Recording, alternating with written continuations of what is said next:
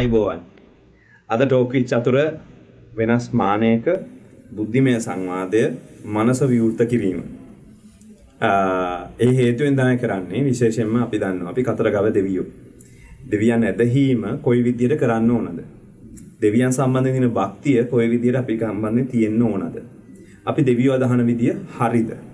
දැන් කතරගම කියපු ගමන් කොටසක් බෙදෙනවා. ආපෝ ඒ දෙවියෝ අදහන ටික අපි දන්නවනේ. ඊට තව කොටසක් බෙදෙනවා නෑ දෙවියෝ ඉන්නවම තමයි දෙවියෝ මට උදව් කරනවා තමයි. මේකේ කෝකද අපි විශ්වාස කරලා අපිට මේ නැදහස් දෙනක ඉඳලා මේක කරන්න පුළුවන් විදිය මොකද්ද? අපි අද ආරාධනා කළා මහසෙන් වෙලාවකට දෙවියෝ කියලා හඳුන්වන, ස්කන්ධ කුමාර කියලා හඳුන්වන, මුරුගන් යනුවෙන් හඳුන්වන, ඒ වගේම ආදිවාසීන් පවා විශ්වාස කර රටේ බහුතරයක් හැමෝම ಜಾති ආගම් කුලමල ભેදයකින් තොරව වඳින පුද බිම කතරගම දේවාලයේ. කතරගම දේවාලයේ බස්නායක නිලමේ සම්පත් ඩිෂාන් වික්‍රමරත්න ගුණසේකර මහත්මයාට ආයිබෝන් මහත්තයා. මුලින්ම කැමති හැමෝම අහන කතාවන්නේ පුදුම සල්ලියක් තියෙන දෙනක් තමයි කතරගම දේවාලය කියලා කියන්නේ. කතරගම දේවාලයේ වාර්ෂික ආදායම කීයද? ගිය අවුරුද්දේ මිලියන 400ක් පවන වෙනවා. ඒක ඊට ඉස්සෙල්ලා 2023 තමයි මිලියන 400ක් වෙන්නේ. ඊට ඉස්සෙල්ලා අවුරුදු 2022 මිලියන 180ක් විතර. මම පත් වෙන්නේ ඉස්සෙල්ලා හිටපු නිලමෙතුමාගේ කාලේ අවුරුද්දක ආදායම මිලියන 50ක් විතර. මිලියන 50 මිලියන 400ක්. ඒ කියන්නේ භක්තිය වැඩි වෙලාද මිනිස්සුන්ගේ? ඒ කියන්නේ මිලියන 50ක දෙපිච්ච ආදායම මිලියන 400ට වැඩි වෙලා තියෙන්නේ මොකද්ද? ඒ අන්ධ විශ්වාසයකින් වැඩි වෙලා කොහොමද මේක උනේ ඇත්තටම? තසමාතේ ගිය අවුරුද්දේ මිලියන 400ක් පමණ වෙන ආදායම. ඒ කියන්නේ 2023 2022 මිලියන 180. මම පත් වෙන්නේ ඉස්සෙල්ලා හිටපු නිලමේතුමාගේ කාලේ සාමාන්‍ය මිලියන 50ක ආදායමක් තමයි දේවාලයට තිබුණේ. ඉතින් මේකට ගොඩාක් හේතු බලපෑවා මේ ආදායම වැඩි වෙන්න. එතකොට මිලියන 400 කියන එක එක සැරේට ආපු එකක් නෙමෙයි. ඉතින් ඒකට අපි ගිණුම්කරණය ගැන මිනිස්සුගේ විශ්වාසය ඒකම අපි දේවාලයට කාර්ය මණ්ඩලයක් ස්ථිර කාර්ය මණ්ඩලයක් ගත්තා. දැන් රුහුණු මහ කතරගම දේවාලයේ ඉන්නේ ස්ථිර කාර්ය මණ්ඩලයක්. මීට ඉස්සෙල්ලා තිබුණේ නිලමේවරයා පත් වෙනකොට ඔහු අරන් එන කාර්ය මණ්ඩලය ඔහු ඉවත් වෙනකොට ඔහු ඒ කාර්ය මණ්ඩලය අරගෙන යනවා. හරි ඒ කාර්ය මණ්ඩලය ඉවත් වෙනවා. හරි. දැන්ට රුහුණු මහ කතරගම දේවාලයේ ස්ථිර කාර්ය මණ්ඩලයක් ඉන්නවා. බෞද්ධ කටයුතු කොමසාරිස් ජෙනරාල්තුමාගේ අනුමැතියත් ඇතුව අපි ඔවුන් පත් කරගත්තා. ඉතින් ඒ හින්දාත් ගිණුම්කරණය විගණනය ගැන මිනිස්සුන්ගේ තිබිච්ච තියෙන විශ්වාසය ඊට අමතරව ලොකුම වෙනසක් වුණා. ඔබතුමාට මතක ඇති අර පූජවට්ටියේ ප්‍රශ්නයක් ආවා ආදායම් බෙදියාම කොහොමද කියලා. ඒකෙදි අපිට පුළුවන් වුණා ඒ පූජවට්ටියට තියෙන මුදල කපු මහත්තයා පෞද්ගලිකව පරිහරණය කරනවා කියන එක කපු මහත්තයාම ඇවිල්ලා මාධ්‍යයට කිව්වා. ඒ පූජවට්ටියත් එක්ක දෙන ආදායම තමයි දේවාලේ තියෙන ලොකුම ආදායම. එතකොට මේ පූජවට්ටියත් එක්ක තියෙන ආදායම කපු මහත්තයා පෞද්ගලිකව පරිහරණය කරනවා එතුමා ගෙදර ගෙනියනවා කියලා කිව්ව හැටියෙම. එතකොට බැතිමතුන් තීන්දුව කරා කපු මහත්තයා ජීවත් වීම සඳහා පූජවට්ටියට මේ වගේ මුදලක් තියුවම ඇති. ඊතුරු දේවාලේ සංවර්ධනය දේවාලේ පැවැත්ම වෙනුවෙන් ඒ පඳුරු පෙට්ටියට හෝ කාර්යාලයට රිසිට් පතල් ලබා දෙන මුදල විහාර දේවාලගම් පනතට අනුව බෞද්ධ කටයුතු කොමසාරිස්තුමා විගණනය කරනවා. ඔහු යටතේ පාලනය වන ගිණුම් වල තමයි ඒ මුදල තැන්පත් වෙන්නේ. ඉතින් මේ විනිවිදභාවය එක තමයි මිලියන 400 දක්වා ගිය වසරේ ආදායම වැඩි වුණේ. දැන් කතරගම දේවාලේ ආදායම වැඩි වෙලා කියලා ඔබතුමා කියනවා. හැබැයි දිවයිනේ බහුතරයක් දේවාලවල අපි දැක්කා ආදායම 80%කින් අඩු වෙලා කියලා සඳහන් වෙනවා. ඉතින් ඒක මෙහෙමයි බැතිමතුන් දේහාමුදුරුවන්ට මම පිළිගන්න දේ බැතිමතෙක් දේහාමුදුරු වඳිනවා කියන්නේ පින් කළා. ඇවිල්ලා පින් කතරගම දේහාමුදුරන්ට අනුමෝදන් කිරීම. එහෙම නැතුව බැතිමතෙක් ඇවිල්ලා සල්ලි පූජා කරන එක හරි රත්තරන් පූජා කරන එක හරි මම දකින්නේ ඊට වැඩිය හොඳයි. දැන් කවුරු හරි රත්තරන් පවුම පූජා කරනවට වැඩිය ඒ පවුමෙන් පිනක් කරලා ඇවිල්ලා දේහාමුදුරන්ට පින් අනුමෝදන් කිරීම තමයි මම නම් දකින්නේ හරිම දේහාඳුරු බෞද්ධයන් හැටියට අපි හරියටම දේහාඳුරු ඇදහිීම. එතකොට පවුමක් කියන්නේ අද ලක්ෂ 3කට ආසන්න මුදලක් ගෙයක වහලක් හදලා දෙන්න පුළුවන්. නැත්නම් ඉස්කෝලේක දරුවන්ට පොට්ටියක් අරන් දෙන්න පුළුවන්. යුනිෆෝම් ටිකක් අරන් දෙන්න පුළුවන්. ඒ දේ කළා ඇවිල්ලා දේවී ආමතුරන්ට පින් අනුමෝදන් කිරීම තමයි මම දකින්නේ. ඉතින් ඒකම අපි ගොඩාක් සුබ සාධන වැඩ පටන් ගත්තා දේවාලයේත් එක්ක. ඉතින් ඒ කෙරෙහි බැතිමතුන්ගේ විශාල ආකර්ෂණයක්. ඔවුන් ඒවට සම්මාදන් වුණා. ඉතින් ඒ සම්මාදන් වීම හරහා තමයි දේවාලයේ ආදායම වැඩි වුණේ. ඉතින් දැන් මේ වෙනකොට විශාල වශයෙන් බැතිමතුන් මුදල් ලබා දෙනවා. ඉතින් අපි ගොඩාක් ව්‍යාපෘති කරනවා. මම ඒ ගැන පුතුමාට කියන්නම් එකින් එක. ඉතින් ඒවත් එක්ක තමයි මේ ආදායම වැඩි වීම උනේ. ඉතින් මේක හොඳ ප්‍රවණතාවයක් මම හිතනවා මේ අවුරුද්දේ ගිය වසරටත් වැඩිය ආදායම වැඩි වෙයි. ඉතින් මේකෙන් මිලියන 100ක් 120ක් පමණ යනවා දේවාලේ පරිණඩි ගෙවන්න. අපිට අලුතෙන් එකතු වෙච්ච ලයිට් බිල ගෙවන්න. පිරිසුදු කිරීම කරන්න. එදිනෙදා දේවල් වල. ඉතින් ඊතුරු මුදල් ටික ඔක්කොම දෙවියන් වෙනුවෙන් පින්දහම් කරන්න සහ දේවාලයේ දියුණුව වෙනුවෙන් යොදවන්න පුළුවන්. ඒ විශාල මුදලක් ඉතුරු වෙනවා. අපිට පේන දේ තමයි ඒ කියන්නේ දෙවියන් වෙනුවෙන් පුදන පුද පඬුරු වෙනදාට වඩා ජනතාව විමසිලිමත්ව හරි විදියට දෙනවා කියන එක තමයි කියන්නේ. දැන් ඔබ කතරගම දේවාලයේ නිලමේ විදියට කියපු ගාම දැන් මේ බස්නායක නිලමේ අනිත් කතරගම දේවාලයේ කපු මහත්තුරුයි වෙනස් වෙනවා. එතකොට පත් කිරීම වෙනස් වෙනවා. කොහොමද මේක වෙන්නේ? බස්නායක නිලමේ කියන්නේ කවුද? බස්නායක නිලමේවරයා පත් කරන විහාර දේවාලගම් පනත අනුව බෞද්ධ කරිතු කොමසාරිස් ජනරාලතුමා. ඉතින් එතුමා රජයේ පත්වීමක් හැටියට තමයි කොමසාරිස් ජනරාල්වරයාගේ අස්සනින් තමයි මාව පත් කරන්නේ. ඉතින් මම තමයි විහාර දේවාලගම් පනත අනුව දේවාලේ පරිපාලකයා වෙන්නේ. එතකොට දේවාලට පාරම්පරිකව එන පාරම්පරික රාජකාරිකරුවන් 555 දෙනෙක් ඉන්නවා. ඒකෙන් දැනට ක්‍රියාත්මක වෙන්නේ රාජකාරි 50ක් පමණ. ඉතුරු ඒවා කාලයත් එක්ක වැළලීලා ගිහිල්ලා තියෙනවා. ඉතින් ඒිනුත් ප්‍රධාන වෙන්නේ ආලත්ති අම්මලා රාජකාරිකරුවන් ඒ වගේම කපු මහත්තුරු ඇතුළු ගම්පහේ රාජකාරිකරුවන් එහෙම විශාල පිරිසක් ඉන්නවා දැනටත්. ඉතින් ඔවුන් සියලු දෙනා බලා ගැනීම ඔවුන් නඩත්තු කිරීම බස්නායක නිලමේවරයාගේ වගකීම වෙනවා. ඉතින් ඒිනුත් ප්‍රධාන වෙනවා කපු මහත්තුරු. ඉතින් කපු මහත්තයා පත් කරන්නේ ඒක පරම්පරා 4කින් පැවතෙන්නේ. ඒ පරම්පරා 4න් සුදුසු පිරිමි කෙනෙක් ඔවුන්ගේ ඒ පවුලේ අය එකඟතාවයට ඇති වුණාම බස්නායක නිලමේවරයාගෙන් ඉල්ලීමක් කරනවා මොහුව කපු තනතුරේ පත් කරන්න කියලා. ඒතකොට බස්නායක නිලමේවරයා ගිවිසුමක් හදලා ඔහුව සුදුසු නම් ඔහු කපු මහත්තයෙක් හැටියට පත් කරනවා. ඉතින් ඒ විදිහට තමයි කපු මහතුරු දැන්ට 15 දෙනෙක් ඉන්න රුවන්මා කතරගම දේවාලේ. ඒ විදිහට තමයි කපු මහතුරු කපුරාල කියන තනතුර තියෙන්නේ. කපුරාල්ල පත් කිරීම සිදු වෙන්නේ. ඊට අමතරව අනිත් රාජකාරිකරුවන් පෙරහැර කාලෙට එහෙම නැත්නම් පුදවතාවක් තියෙන අවස්ථාවල ආලත්ති අම්මලා එහෙම බොහොම ප්‍රසිද්ධයි. ඒ ආලත්ති අම්මලාත් ඒ වගේ අවස්ථාවල තමයි දේවාලෙත් එක්ක සම්බන්ධ වෙන්නේ. අපි එතකොට මේ ගම්මානවල ඉන්න පිරිස මේ අය නඩත්තු කිරීමේ කටයුතු දේවාලයේ කාර්යභාරයත් ඒගොල්ලන්ට වැටුපත් ගෙවන්නේ කොහොමද ඒ කටයුතු සිද්ධ වෙන්නේ? අතීතයේ මේගොල්ලන්ට ගම්වර දීලා තියෙනවා ඉඩකඩම්. ඉතින් දැන් වෙනකොට ඉඩකඩම් බෙදිලා ඒ කියන්නේ තාත්තර තිබිච්ච එක දරුවෝ දෙන්නට බෙදිලා දරුවෝ දෙන්න 4 වෙලා එහෙම වෙලා පොඩි ඉඩකඩම් වලට සීමා වෙලා තියෙනවා. ඉතින් ඔවුන්ට දැන් ඒ ඉඩකඩම් වලින් නඩත්තු වෙන්න බෑ.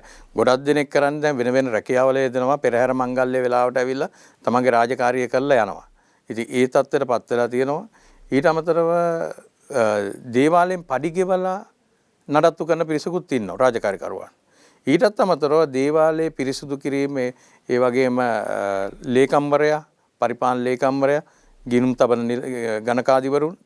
ගණකාධිකාරීවරුන් ඇතුළු ඒ 130ක පමණ ස්ථිර සේවක මණ්ඩලයක් ඉන්නවා. ඔවුන් නඩත්තු කිරීම දේවාලයේ අරමුදලෙන් කරන්නේ. ඒතර මේ මුදල් සම්බන්ධයෙන්ම තමයි මම ඉතින් ගොඩක් ඇහුවේ. ඉතින් මේක හැමෝම මේ මුදල් ගැන කතා කරනවා දැනගන්න. ඒතර කතරගම දේවාලයේ සතුව කොතරම් විතර දේපල තියෙනවද? ඒ කියන්නේ නින්දගම් තියෙනවද? විශාල ප්‍රමාණයේ භූමි භාගයන් වෙන් වෙලා තියෙනවද? දේවාලයේ අක්කර 98000ක් තිබුණා කියලා තමයි ඉතිහාසයේ කියවෙන්නේ. හැබැයි දැනට අක්කර 30000ක පමණ ප්‍රමාණයක් තියෙනවා. එයින් වැඩි ප්‍රමාණයක් මේ වෙනකොට ආදායම් ලබා ගැනීමට හැකි වෙලා තියෙනවා. ඉතින් මම පත් වෙනකොට ඉඩම් බාරව හිටිය නිලධාරි දෙන්නයි මේ වෙනකොට ඉඩම් නිලධාරීන් 9 දෙනෙක් ඉන්නවා. නීතිඥවරියකුත් ඇතුළත්ව. ඉතින් ඉඩම් වලින් විශාල ආදායමක් පසුගිය වසර කිහිපය අපිට ලබා ගන්න හැකි වුණා. ඉතින් ඒක තමයි දැනට ලොකු ආදායමක්. ඉතින් ඒක තමයි ලොකුම වච්චම. ඊට අමතරව බැතිමුතුන් පූජා කරපු රත්තරන් මට ඉස්සෙල්ලා හිටපු නිලමේවරුන්ට පූජා කරපුවා. ඒක කාලෙන් කාලට එකතු වෙලා එහෙම සංචිතයක් හැටියට මට බාර දීලා තියෙනවා. එතකොට මගේ කාලෙදී හම්බෙන් රත්තරන් ටිකත් එක්ක ඊළඟ එන නිලමේවරයට බාර දෙනවා. ඉතින් ඕක තමයි වත්කම් හැටියට තියෙන්නේ. ඒ කියන්නේ රත්තරන් වෙනම සේප්පුවක දාලා තියෙනවද? එහෙම නැත්නම් ඒවා දේවාලයේදී හාමුදුරු වැඩ ඉන්න කුටියේද තැන්පත් කරලා තියෙන්නේ? හාමුදුරුවන්ගේ කුටියේ සමහර භාජන පුදුවතාවච්චන්න පෙන්කෙන්ඩි පහන් ඒ වගේවට රත්තරන් පාච්චි කරලා තියෙනවා. ඒ සංචිතයේ තිබිච්ච අනිත් ඒවා සේප්පුවල තමයි තියෙන්නේ. එතකොට ඔබ සතුව තියෙනවා කියන මට අපහැදිලි. ඒ කියන්නේ අපි දැන් පහුගිය කාලේ රන් තැටියක් කවුද කෙනෙක් පූජා කරා. එයා ප්‍රසිද්ධ කතාවක් කියනවා කවුරු හරි මැරේගේම නැත්තම් හිටපු කෙනෙක්ගේ විරියක් විසින් තමයි මේක පූජා කරේ කියලා. ඒතර ඒකම අපි දැක්ක කියනවා මේ රත්රන් සහ මේ අනිකුත් භාණ්ඩ අරගෙන යනවා Tamanගේ පාවිච්චිය සඳහා කියලා යම් තැනක කපු මහත්තුරු. ඉතින් මේක නීත්‍යානුකූලද එහෙමද සිද්ධ වෙන්නේ? එහෙම නැත්නම් ඔබේ පාරට කොහොමද රත්රන්පත් වෙන්නේ? මේක අපි දන්නේ දෙහින්ද මේ දැන ගැනීම සඳහා බස්සාගලුතුමා. චතුරාර්ය දැන් දේවාලට රත්තරන් කාට හරි පූජා කරන්න ඕන නම් එයා කරන්න ඕන දේවාලේ කාර්යාලයට ගිහිල්ලා රිසිට් පතක් අරගෙන ඒ රිසිට් පත එක්ක ඒ භාණ්ඩය ඇවිල්ලා දේවාලට පූජා කරාම ඒකේ සේප්පුවක් තියෙනවා. ඒක බෞද්ධ කටයුතු දෙපාර්තමේන්තුවෙන් පාලනය වෙන්නේ. ඒ සේප්පුවේ අතර තියෙන බෞද්ධ කටයුතු දෙපාර්තමේන්තුවේ. ඒ සේප්පුවට තැන්පත් යන්න පුළුවන්. ඒකේ තියෙන රත්තරන් ගන්න පුළුවන් බෞද්ධ කටයුතු දෙපාර්තමේන්තුවට පමණයි. එහි නිලධාරීන්ට. ඔවුන් මාස 3කට සැරයක් විතර ඇවිල්ලා ඒකේ තියෙන රත්තරන් ටික අරගෙන කිරුම් මිනුම් කරලා සංචිතයට බාර දෙනවා. එතකොට ඒ ටික සංචිතයට බාර දුන්නාන් පස්සේ බස්නායක නිලමේවරයා ඒ ටික ආරක්ෂා කළ යුතුයි. ඒක විදියක්. ඊට අමතරව තමයි කපු මහත්තයාට අතට දුන්නොත් ඒවා කපු මහත්තයා ගෙදර ගෙනියනවා. පූජා වට්ටියත් සමග දෙනවා. පූජා වට්ටියත් එක්ක හෝ ඉතින් ඒක අපි දෙන්නේ දෙවි හාමුදුරන්ට මේක පිළිමයක් හරි මොකක් හරි දෙයකට දාන්න. නෑ ඒක තමයි චතුර මහත්තයා තියෙන ප්‍රශ්නේ. කවුරු හරි මොනවා හරි පූජා කරනවා නම් ඒ භක්තියට වැඩිය එතෙන්දි මේක හරියට පූජා වෙනවද කියලා බලන්න ඕන. ඒ සඳහා රිසිට් පතක්. එහෙම නැත්නම් නියාමනය කරන ආයතනයක මොනවා හරි වැඩපිළිවෙලා. ඉතින් කම්මාත්‍යයට දුන්නම ඔය ඔබතුමා මතක් කරපු ඔය තැටියේ කතාව ඇත්තටම ඒක පහුගිය කාලේ තාමත් ජනප්‍රිය මාතෘකාවක් වුණා. ඔබතුමා අහපු හින්දා මම කියන්නම්. ඒක ඇත්තටම හොඳම කේස් ස්ටඩි එකක්. ඉතින් ඒක මම පත් වෙන්න ඉස්සෙල්ලා 2019 ඒ තැටිය පූජා කරලා තියෙන්නේ. ඉතින් මම පත් වෙන්නේ 2020 සැප්තැම්බර් මාසේ. පත් වුණාට පස්සේ 2021 විතර මට කපු මහත්තයෙක් ඇවිල්ලා කියනවා මෙන්න මෙහෙම තැටියක් තිබුණා. මේ තියෙන එකේ ෆොටෝ එක. ඒක දැන් දේවාලේ නැහැ කියලා. ඉතින් මම කිව්වා මගේ කාලේ නෙමෙයි. මට ඉස්සෙල්ලා ඉතින් මට මේව හොය හොය හිටියොත් මට වෙන වැඩක් කරන්න වෙන්නේ නැහැ කියලා. ඒ වුණාට මම ඒක ගණන් ගත්තේ නැතුව වගේ හිටියට මම ගිහිල්ලා ඒක CID එකේ කම්ප්ලේන්ට් කරා. CID එකේ කම්ප්ලේන්ට් කළා ඊට පස්සේ මේ කපු මහත්තයා මම මේක ගණන් ගන්න නැහැ වගේ ඉන්නකොට මේක Facebook එකේ දැම්මා මේ තැටිය නැහැ. නිලමෙට කිව්වා නිලම වැඩේ මේක පරීක්ෂණය කරන්න නැහැ කියලා. ඊට පස්සේ ඒකට සම්බන්ධ කපු මහතුරු 3 දෙනෙක් හිටියා. මට කියපු කෙනත් ඒ තැටියට සම්බන්ධ දෙන්නත්. මං ගෙන්නෙව්වා. මගේ කාර්යාලයට ගෙන්නලා මං කිව්වා මෙහෙම ලොකු ප්‍රශ්නයක් තියෙනවා. මේකට මොකද්ද ඔබතුමාලා ගන්න පියවර? දවස් 5ක් දෙන්න කිව්වා අපි තැටියක් හදලා ගෙනත් දෙන්න.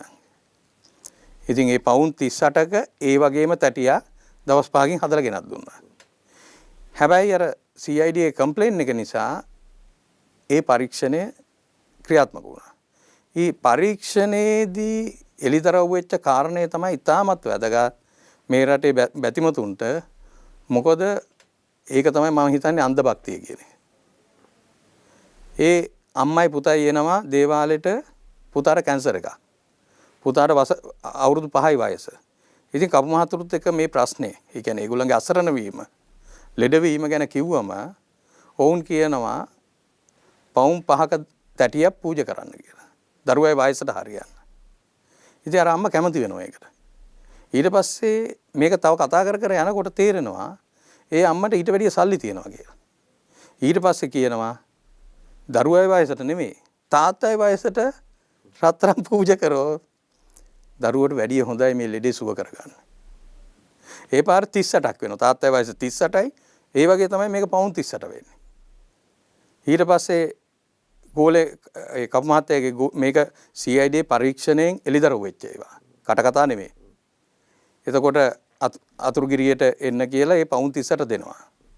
ඔහු ගිහිල්ලා තිස්ස මහරාමේ තැනකින් ඒ තැටිය හදනවා. හදලා ගෙනල්ලා දේවාලට අම්මයි දරුවා ඇවිල්ලා පූජා කරනවා.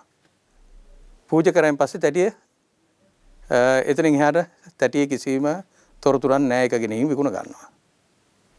ඉතින් ඔන්න ඕක ඒ කියන්නේ තමන් අසරණ වෙලා දෙයහම්දුරු ගාවට ආවම තව කොච්චර අසරණ කරනවද? දැන් ඕක පූජා කරගන්න බැරි වුණා නා. මේ රටේ වෙන බැතිමතෙකුට වුණා නා. එයා කොච්චර කඩන් වැටෙනවද? තමන්ගේ දරුවට පිළිකාවක්. ඒ ඇසේ පවුන් 30ට පූජා කරන්න කියනවා. ඉතින් මම මෙන්න මේ අන්ධ භක්තිය තමයි අපි මේ රටෙන් තුරන් කරන්න ඕන. දෙවියන්ට පින් අනුමෝදන් කරන ඇරෙන්න වෙන කිසිම ගනුදෙනුවක් දෙවිහාමුදුරුවොත් එක්ක නැහැ. මේ වංචාවල් වලට අහු වෙන්න එපා කියන එක තමයි මගේ නම් මොකද මේ පරීක්ෂණයෙන් කවුරුවත් නීතියෙන් වරදකරුවෝ වෙන එකට වැඩිය මගේ ලොකුම වුණාව තිබුණේ මේ පරීක්ෂණයෙන් එළිදරව් වෙච්ච ඒවා සමාජගත වෙන්න ඕන. මේවා සමාජගත වුණාම තමයි මේ ඒ අන්ධ භක්තිය සහ තව කෙනෙකුට අසරණ වෙච්ච මිනිස්සෙක් රවට්ටන්න බැරි වෙන්නේ.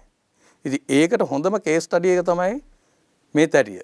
ඉතින් ඒක හොඳම මේ උදාහරණයක්. ඉතින් එහෙම නෙවෙයි. මම හැමතිස්සෙම කියන්නේ කිරිවෙහෙර වැඳලා, අෂ්ටඵල බෝධිය වැඳලා, ඒ වගේම Taman ජීවිතේ කරගත්ත පින් ඇවිල්ලා දෙවියන්තුරන් අනුමෝදන් කරන්න. එච්චරයි දෙවියන්තුරුන්ගෙන් ආශිර්වාද රැකවරණය තමන් බලාපොරොත්තු වෙන සියලු දේ ලබා ගන්න තියෙන එකම මාර්ගය.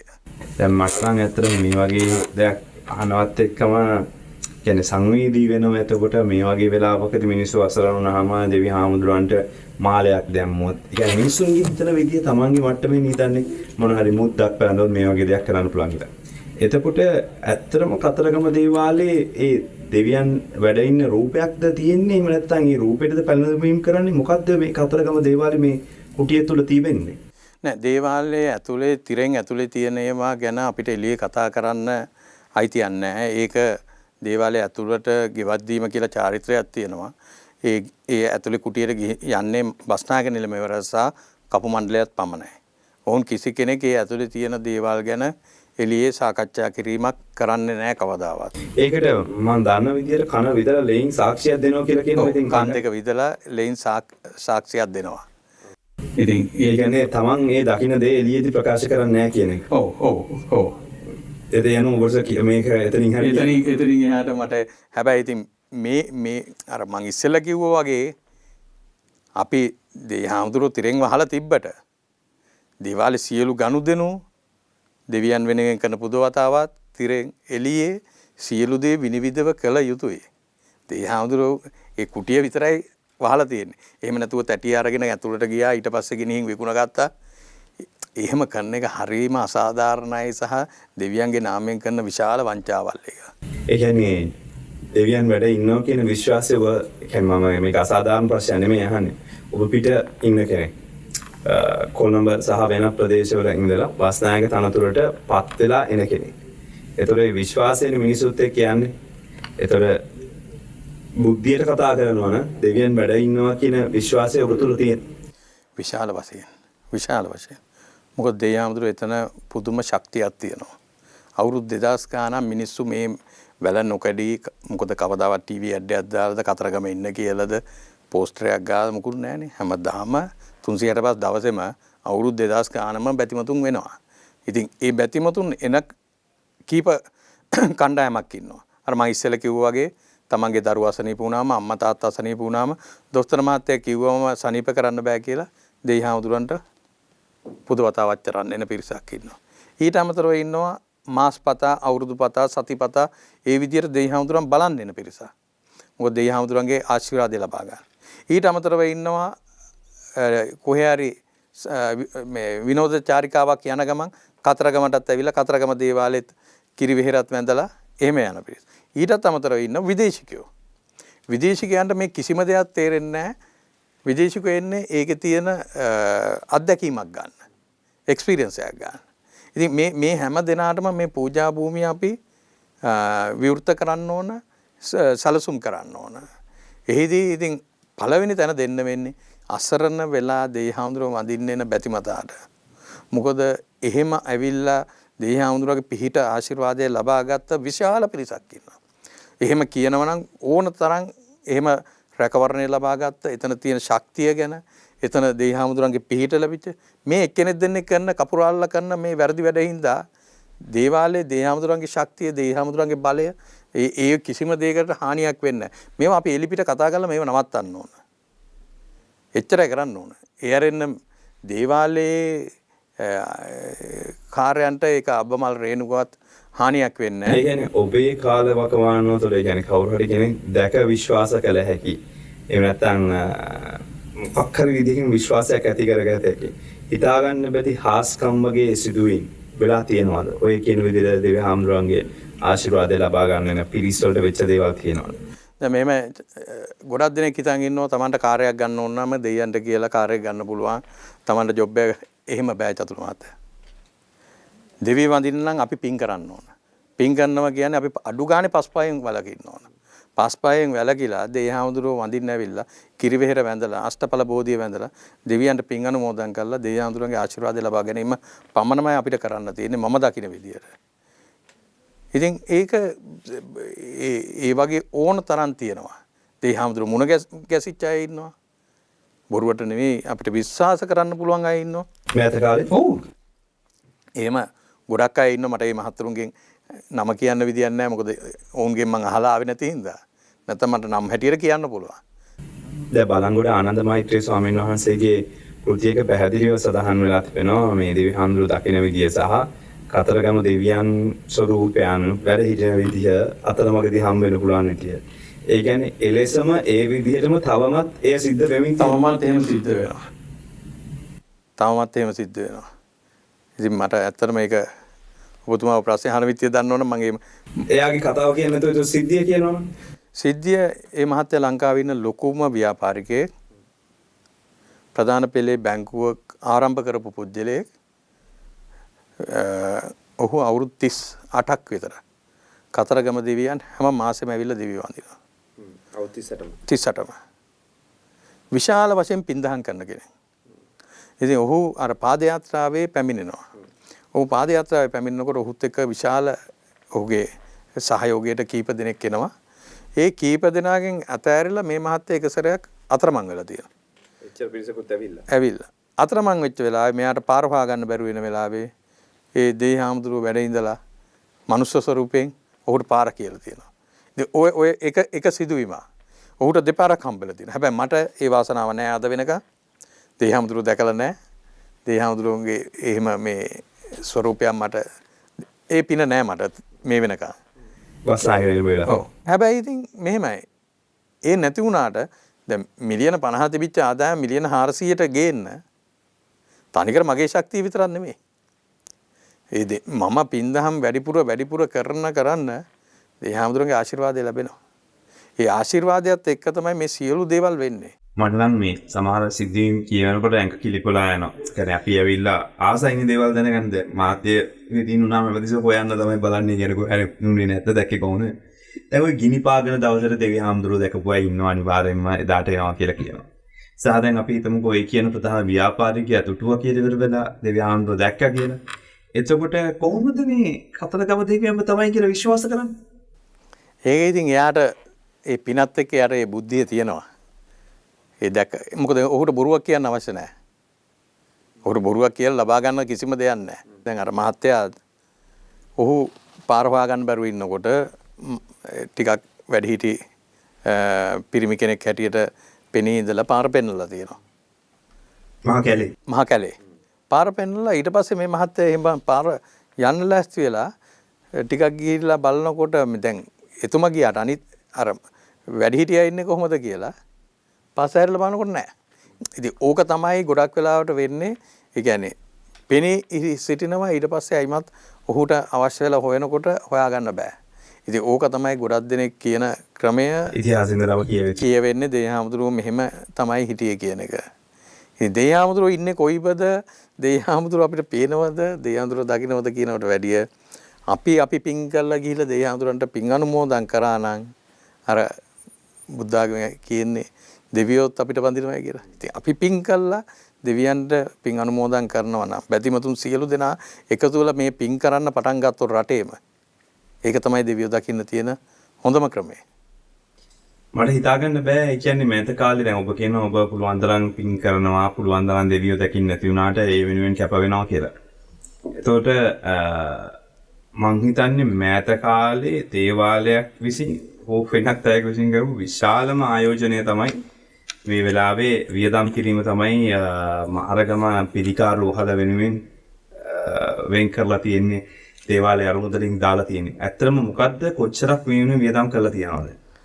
ඔව් චතුර මහත්තයා ගිය අවුරුද්දේ සැප්තැම්බර් මාසේ අපි මේ ව්‍යාපෘතිය පටන් ගත්තේ. ඉතින් මම පිළිකා රෝහලට ගියේ එහි යන්ත්‍රයක් අක්‍රිය වෙලා කියලා ප්‍රවෘත්තියක් ගියා. ඒ ප්‍රවෘත්තිය දැකලා මම අධ්‍යක්ෂකවරයා හමු වෙන්න ගියා. ඔහු කියා සිටියා ඒක දවස් කීපකින් ඒක යථා තත්ත්වයටපත් වෙනවා. ඒ යන්ත්‍රේ නම් ප්‍රශ්නයක් එන්නේ නැහැ. ඒ වුණාට එම අවස්ථාවේ එතන හිටියා වෛද්‍යවරයෙක් මට කිව්වා නෙළුම්තුමා යම් බාන ළමා අංශයේ දරුවෝ ඉන්න වාට්ටුව. වෛද්‍ය වසන්ත රත්නායක මහත්තයා විශේෂඥ වෛද්‍යවරයෙක්. ඔහු මාව එකගෙන ගිහිල්ලා පෙන්නුවා පිළිකාවට ගොදුරු වෙච්ච දරුවෝ ටික ඉන්න වාට්ටුව.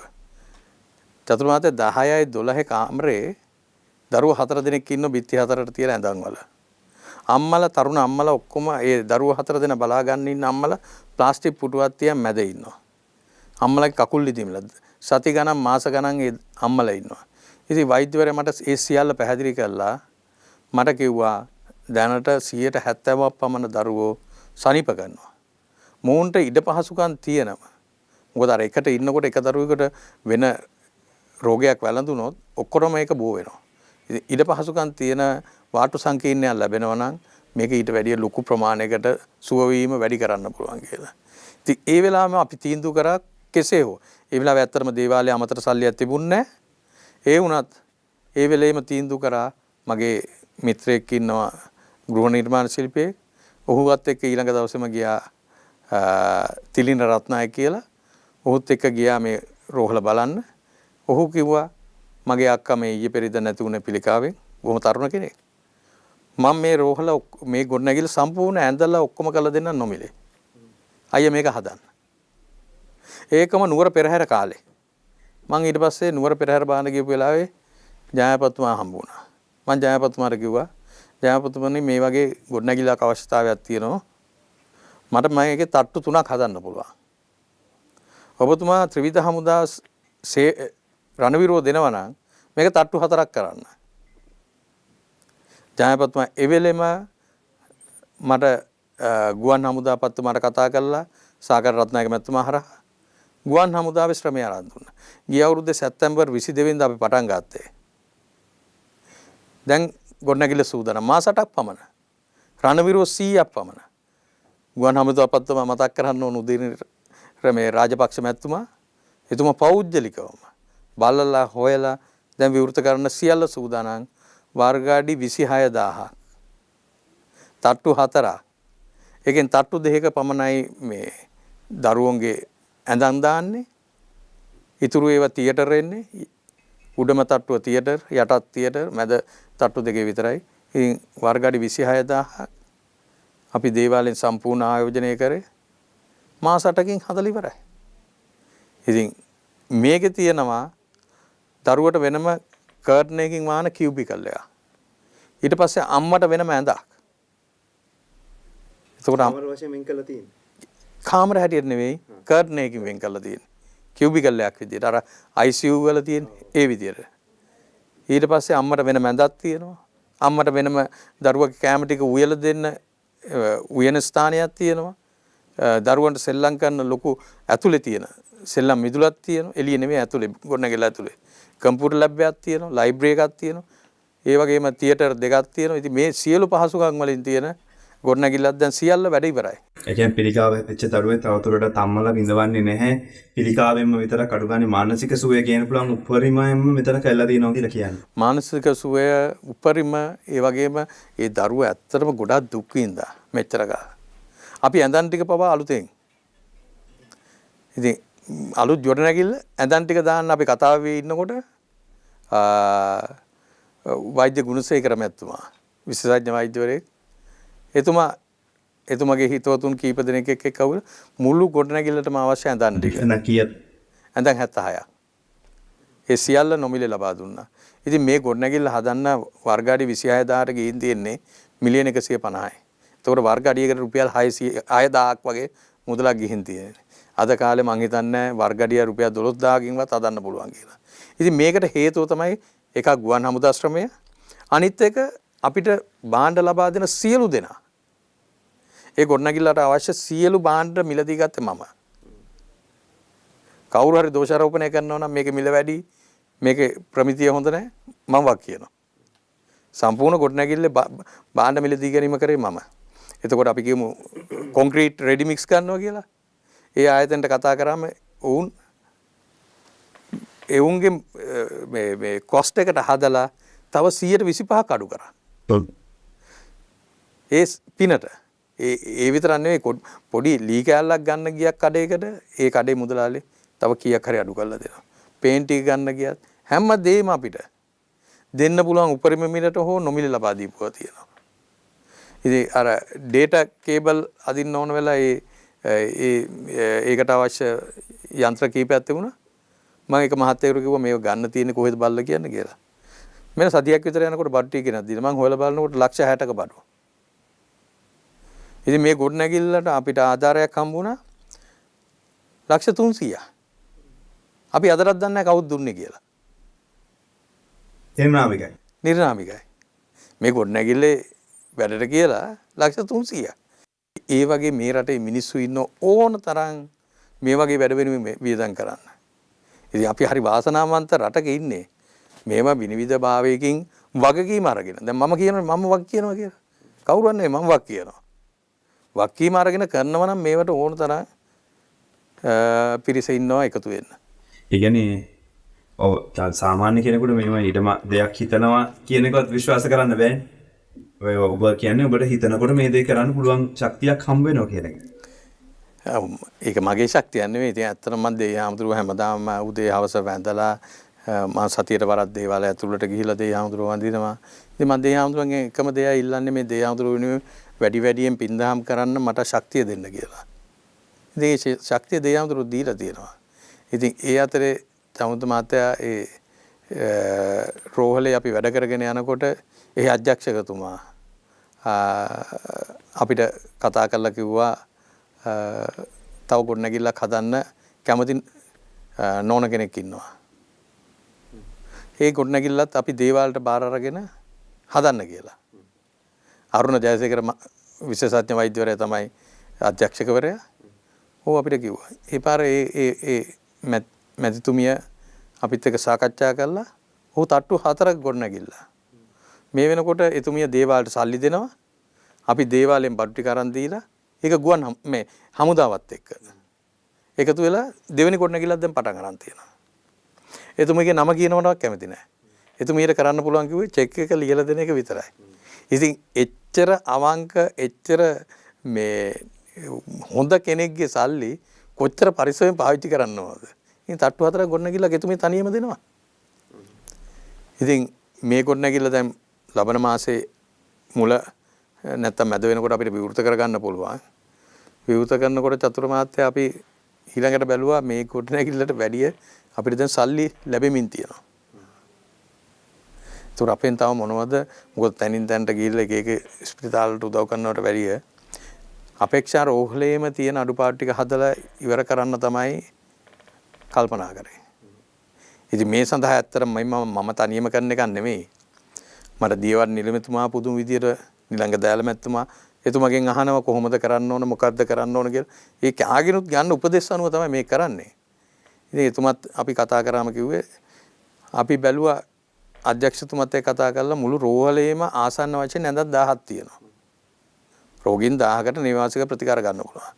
ඊට පස්සේ බලනකොට ඇඳන් 1000න් 500ක විතර ඉන්න රෝගීන් අර ඔබතුමා දැකලා තියෙද්ද නැහැ රසාවි ගොඩනැගිල්ල කියලා තියෙනවා තට්ටු 7ක ගොඩනැගිල්ල. ඒක බොහොම සැප පහසුයි. ඒක පෞද්ගලික ආරෝග්‍ය ශාලාවකටත් වැඩිය හොඳ. අහමඩ් ටී කම්පැනි කියලා එංගලන්තේ මහත්තයෙක් ඒක සම්පූර්ණ තනි පරිත්‍යාගයක් හැටියට කරලා තියෙන්නේ. ඉතින් ඔහු හදපු එක මම හිතන්නේ ඉංගලන්තේ ආරෝග්‍ය ශාලාවක් විදියට හදලා තියෙනවා. ඉතින් එතුමාගේ උමනාවක් තිබිලා තියෙනවා ඒකේ දෙවනි අදියර පටන් ගන්න. ඒ මොනවා හරි හේතු හින්දා ඒක බැරි වෙලා තියෙනවා. ඉතින් අධ්‍යක්ෂකතුමා අපෙන් ඇහුවා මේ වගේ ලොකු එකක් තියෙනවා. ඇඳන් 500ක. තට්ටු 7යි. වර්ගඩි 1,60,000යි. කරමුද කියලා. මං කිව්වා කරමු. ඊට පස්සේ අර අපේ ගෘහ නිර්මාණ ශිල්පියා තිරණත් නායක මහත්තයාගෙන් මම ඇහුවා මෙහෙම අදහසක් තියෙනවා. අයියේ මම මේක කරලා දෙන්නම් කිව්වා. මොකද ඔහුට අර දේ කරන්න පටන් ගත්තට පස්සේ ඔහුට මහා හිතේ සතුටක්, ඔහුගේ දීගුණාවක්, ඔහු කියන විදිහට ලොකු දේවල් ඔහුට ලැබිලා තියෙනවා. ඔහු කියනවා අයියේ ඇඳන් 500ක කියන්නේ වර්ග අඩි 1,60,000ක ගොඩනැගිල්ල කියන්නේ ලොකු ගොඩනැගිල්ල. ඉතින් ඒ සියල්ල උන් නොමිලේ කරලා දෙන්නේ. දැන් අර ළමා වාට්ටුව විවෘත කරන දවසට මේ ගොඩනැගිල්ලට අපි මුල්ගල් තියන්න හිතන් ඉන්නවා. හැබැයි චතුර මහත්තයා මේ ගොඩනැගිල්ල ඇඳන් 500ක් කියන්නේ ඔබතුමාට ප්‍රමාණය ගැන හිතා ගන්න ජයවර්ධනපුර රෝහලේ තියෙන ඇඳන් 1001යි. ඒකෙන් භාගයක්. මේක විදේශ ආධාර අරන් කරන්න ඕන වැඩක්. මේ මම පොඩි මිනිහෙක් හැටියට මේව කතා කරාට. හැබැයි මම දන්නවා අපි ඔක්කොම එකතු වුණොත්. දැන් ඔබතුමත් මාත් එක්ක මේ සාකච්ඡාවට උනත් ඒක කතා කරේ මේ වැඩේ හින්දානේ. මේ වගේ හොඳ වැඩ ඔබතුමාලා වගේ සියලු දෙනා මේකට එකතු වෙන්න ඕන. මේ රටේ ඉන්න සියලු දෙනා අපිත් එක්ක වුණොත් මේ ගොඩනැගිල්ල ඇඳන් 500ක එක හදන එක අවුරුදු එකමාරෙන් හදලා ඉවර කරන්න පුළුවන්. මේක තව ඇඳන් 500ක් වැඩි වීමක් නෙවෙයි. අපිට දැන් අර ඇඳන් 500ක් හොඳ ඒවා තියෙනවා. අනිත් 500 දෙනාගේ ඇඳන් තියෙන ඒවා අවුරුදු 50 60 පරණ බිල්ඩින් ගොඩනැගිලි. එහෙම නැත්නම් කොරිඩෝ වල ඉන්නේ. වැසිකිලි උතුරනවා. ඒව තවදුරටත් නවීකරණය කරන්න බැරි තත්ත්වයේ ගොඩනැගිලි. ඒ ගොඩනැගිලි ටික ඔක්කොම වෙනුවට තමයි අපි මේ තට්ටු 7 ගොඩනැගිලා හදන්නේ. ඒක තනි තට්ටුවේ ගොඩනැගිලි 3ක් අයින් කරලා ඉවත් කරලා ඒ වෙනුවට තමයි තට්ටු 7ක එකක් හදන්නේ. එතකොට මම හිතන්නේ පිළිකාර රෝහලේ අපේක්ෂා රෝහලේ තියෙන ගොඩනැගිලි ගොඩක් අපිට අයින් කරන්න පුළුවන්. එතකොට සියලුම රෝගීන් හොඳ ඒ කියන්නේ මෙහෙම කිව්වොත් මධ්‍යම පාන්තික පවුලක අපි කියමු අම්මට තාත්තට පිළිකාව වැළඳුණා කියලා. අම්මට හෝ තාත්තට පිළිකාව වැළඳුනාම දරුවෝ පළවෙනියට කරන්නේ ඒගොල්ලෝ ලොකු පීඩනයකටපත් වෙනවා. නෑ අපි කොහෙවත් ආණ්ඩු ස්පිරිතාල වල අපේ අම්මා එක්ක යන්නේ නෑ. අපි එක්ක යන්නේ ප්‍රයිවට් හොස්පිටල් එකට. ඒක තමයි දරුවගේ පළවෙනි චේතනාව. ඒ තියෙන ආදරේට. එක්ක යනවා. අතේ තියෙන සල්ලි ටික වියදම් කරනවා. ඊට පස්සේ ටිකක් ණය වෙනවා. ඊට පස්සේ වාහනේ විකුණනවා. ඒකල්ලත් අන්තිම චුට්ටට ගේන්න වෙනවා. අපේක්ෂා රෝහලට. මට උමනාව තියෙන්නේ මේ මධ්‍යම පාන්තික දරුවට තමන්ගේ අම්මට පිළිකාවන්න නෑ අපි යන්නේ අපේක්ෂා රෝහලට. එතකොට මේ පවුලට ලොකු සහනයක්. මොකද අපේක්ෂා රෝහලේ වෛද්‍යවරු කියන්නේ දෙවිවරු. ඒක දෙවිවරුම තමයි. ඒකටයි මොකද මම දැකලා තියෙනවා ඒ වෛද්‍යවරු අර දරු පැටියෙක් සනීප වුණාම ලබන සතුට. දැන් අපි ගොඩනැගිල්ල හදනකොට ඒ වෛද්‍යවරයෙක් ඇවිල්ලා කිව්වා මගේ සනීප වෙච්ච දරුවන්ගේ ෆොටෝ ටික ගහන්න තැනක් ඕන කිව්වා වෙනවා. මොකද අත් තියන්න තැනක් ඕන කිව්වා. ඒක අපේක්ෂාව නෙපෙන්නන්නේ මෙච්චරක් හොඳ වෙලා යනවා කියන කෙලියද? එතෙන්ට එනකොටම දෙන්න හදන්නේ අපේක්ෂාව. ඉතින් එක ඒ වෛද්‍යවරයා කිව්වා දරුවට ඉස්සෙල්ලම පිළිකාව කියන එක දෙමව්පියන්ට කිව්වම ඒ දෙමව්පියන්ට හොඳට අඬන්න දෙන්න ඕන කිව්වා. ඒකට වෙනම තැනක් හදනවා ඒ සද්ද එළියට යන්නේ නැති වෙන්න. Sound proof. එච්චරට හැමදේම හිතනවා. පුදුම වෛද්‍යවරු කොට්ටාසයක්. ඒකේ ඇතුල් වෙන තැන ඉන්න ආරක්ෂක නිලධාරියෙක් ඉඳලා සියලු දෙනා එක වගේ. ඔය එක්කෙනෙක් දෙනෙක් බැන්නට එතනත් එක්ක මම පහුගිය මාස 8 වැඩ කරනවා පුදුම සේවක මණ්ඩලයක් ඉන්නේ.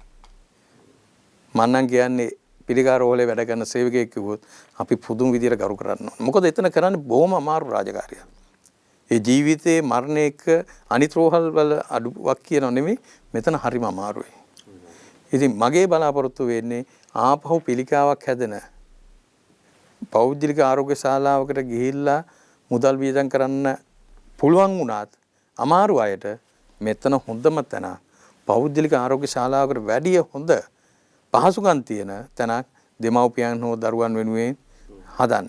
හැබැයි මම මේක ප්‍රාර්ථනා කරන්නේ මේ ගොඩනැගිල්ලට ලෙඩු පිරෙන්න කියලා. ලෙඩු නැති වෙනවා නම් හොඳයි. අනිවාර්යෙන් මට ඉතින් මේ ඇත්තම මේ පිළිකාව කියන එක අපි දන්නේ කොහෙන් නවතීද කියන්නේ. ඉතින් මේවා දකිනකොට දුක හිතෙනවා. ඉතින් පිළිකා රෝහලට යනවා කියන එක ඇතම් විටක මම අකමැති වැඩක් ඒක කරන්නේ. කියන්නේ මට ගියන් පස්සේ සමහර වෙලාවට ඒ දරුවෝ ඒ වේදනාව විඳින මැවි පේනවා අපව දවස් ගාණක් යනකම්. ඉතින් එතරම් පීඩිතයි.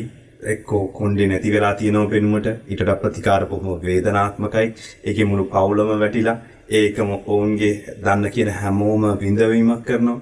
ඉතින් ඒතනත් තව 500ක් මෙතන ප්‍රතිකාර ගන්න වෙනවා කියන එක තවත් රටේ අපි කොහෙද යන්නේ ආහාරට වෙනස් කරනවද මිනිස්සුන්ගේ සෞඛ්‍ය ගැන මිලට හිතනවද මිනිස්සුන්ට ප්‍රතිකාර කරන දැන් හදන්න පුළුවන් ඊට වඩා මෙහෙම මේ පිළිකාට ගොදුරු නොවි නවත්ත ගන්න කොහොමද මිනිස්සු මේ වගේ ගොඩක් දේවල් තියෙනවා අපිට ආපහු පාරක් හිතන නමුත් මේක හැදිච්ච කෙනාට පුළුවන් තරම් සුවසේ අඩු ගන්න ප්‍රතිකාරය ලබා ගැනීම ඉඩක්ලා හදලා දෙන්න පුළුවන් කියන එක ලොකු දෙයක්. ඉතින් කතරගම දේවාලයෙන් වෙන්න වැඩ අතර මේ ප්‍රධාන දෙයක්. ඉතින් මේක ඔබගේ ආධාර මුදලින් ඔබ දෙන දානපතියෙක් පිටින් දෙන මුදලින් දෙවියන්ට නෙමෙයි මේක ඇත්තටම ගිහිලා තින්නේ ඔබටමයි ආපහු ඇවිල්ලා ඉන්නේ. ඒක තමයි දේව ආශිර්වාදය කියලා මං හිතන විශ්වාසය.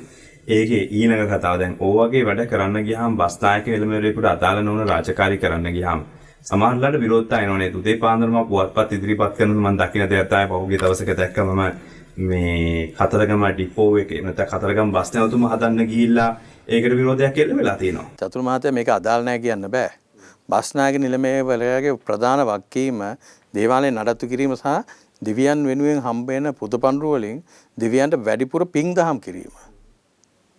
ඉතින් කරන්න පුළුවන් මට දැනෙච්ච හොඳම තැන තමයි මම තෝරගත්තේ. එතකොට ඒක අදාළම දේ. එතකොට ඔබතුමා කියපු ඒ පිකටිං එක කරේ ගිය අවුරුද්දේ දැන් අවුරුදු එකමාරකට විතර ප්‍රථම කතරගම බස් නැවතුම් පොළ ඉතාමත් ජරා ජීර්ණ වෙලා තිබුණා. ඒක ඇත්තටම නැවත ප්‍රතිසංස්කරණය කරන්න බැරි තත්ත්වයට.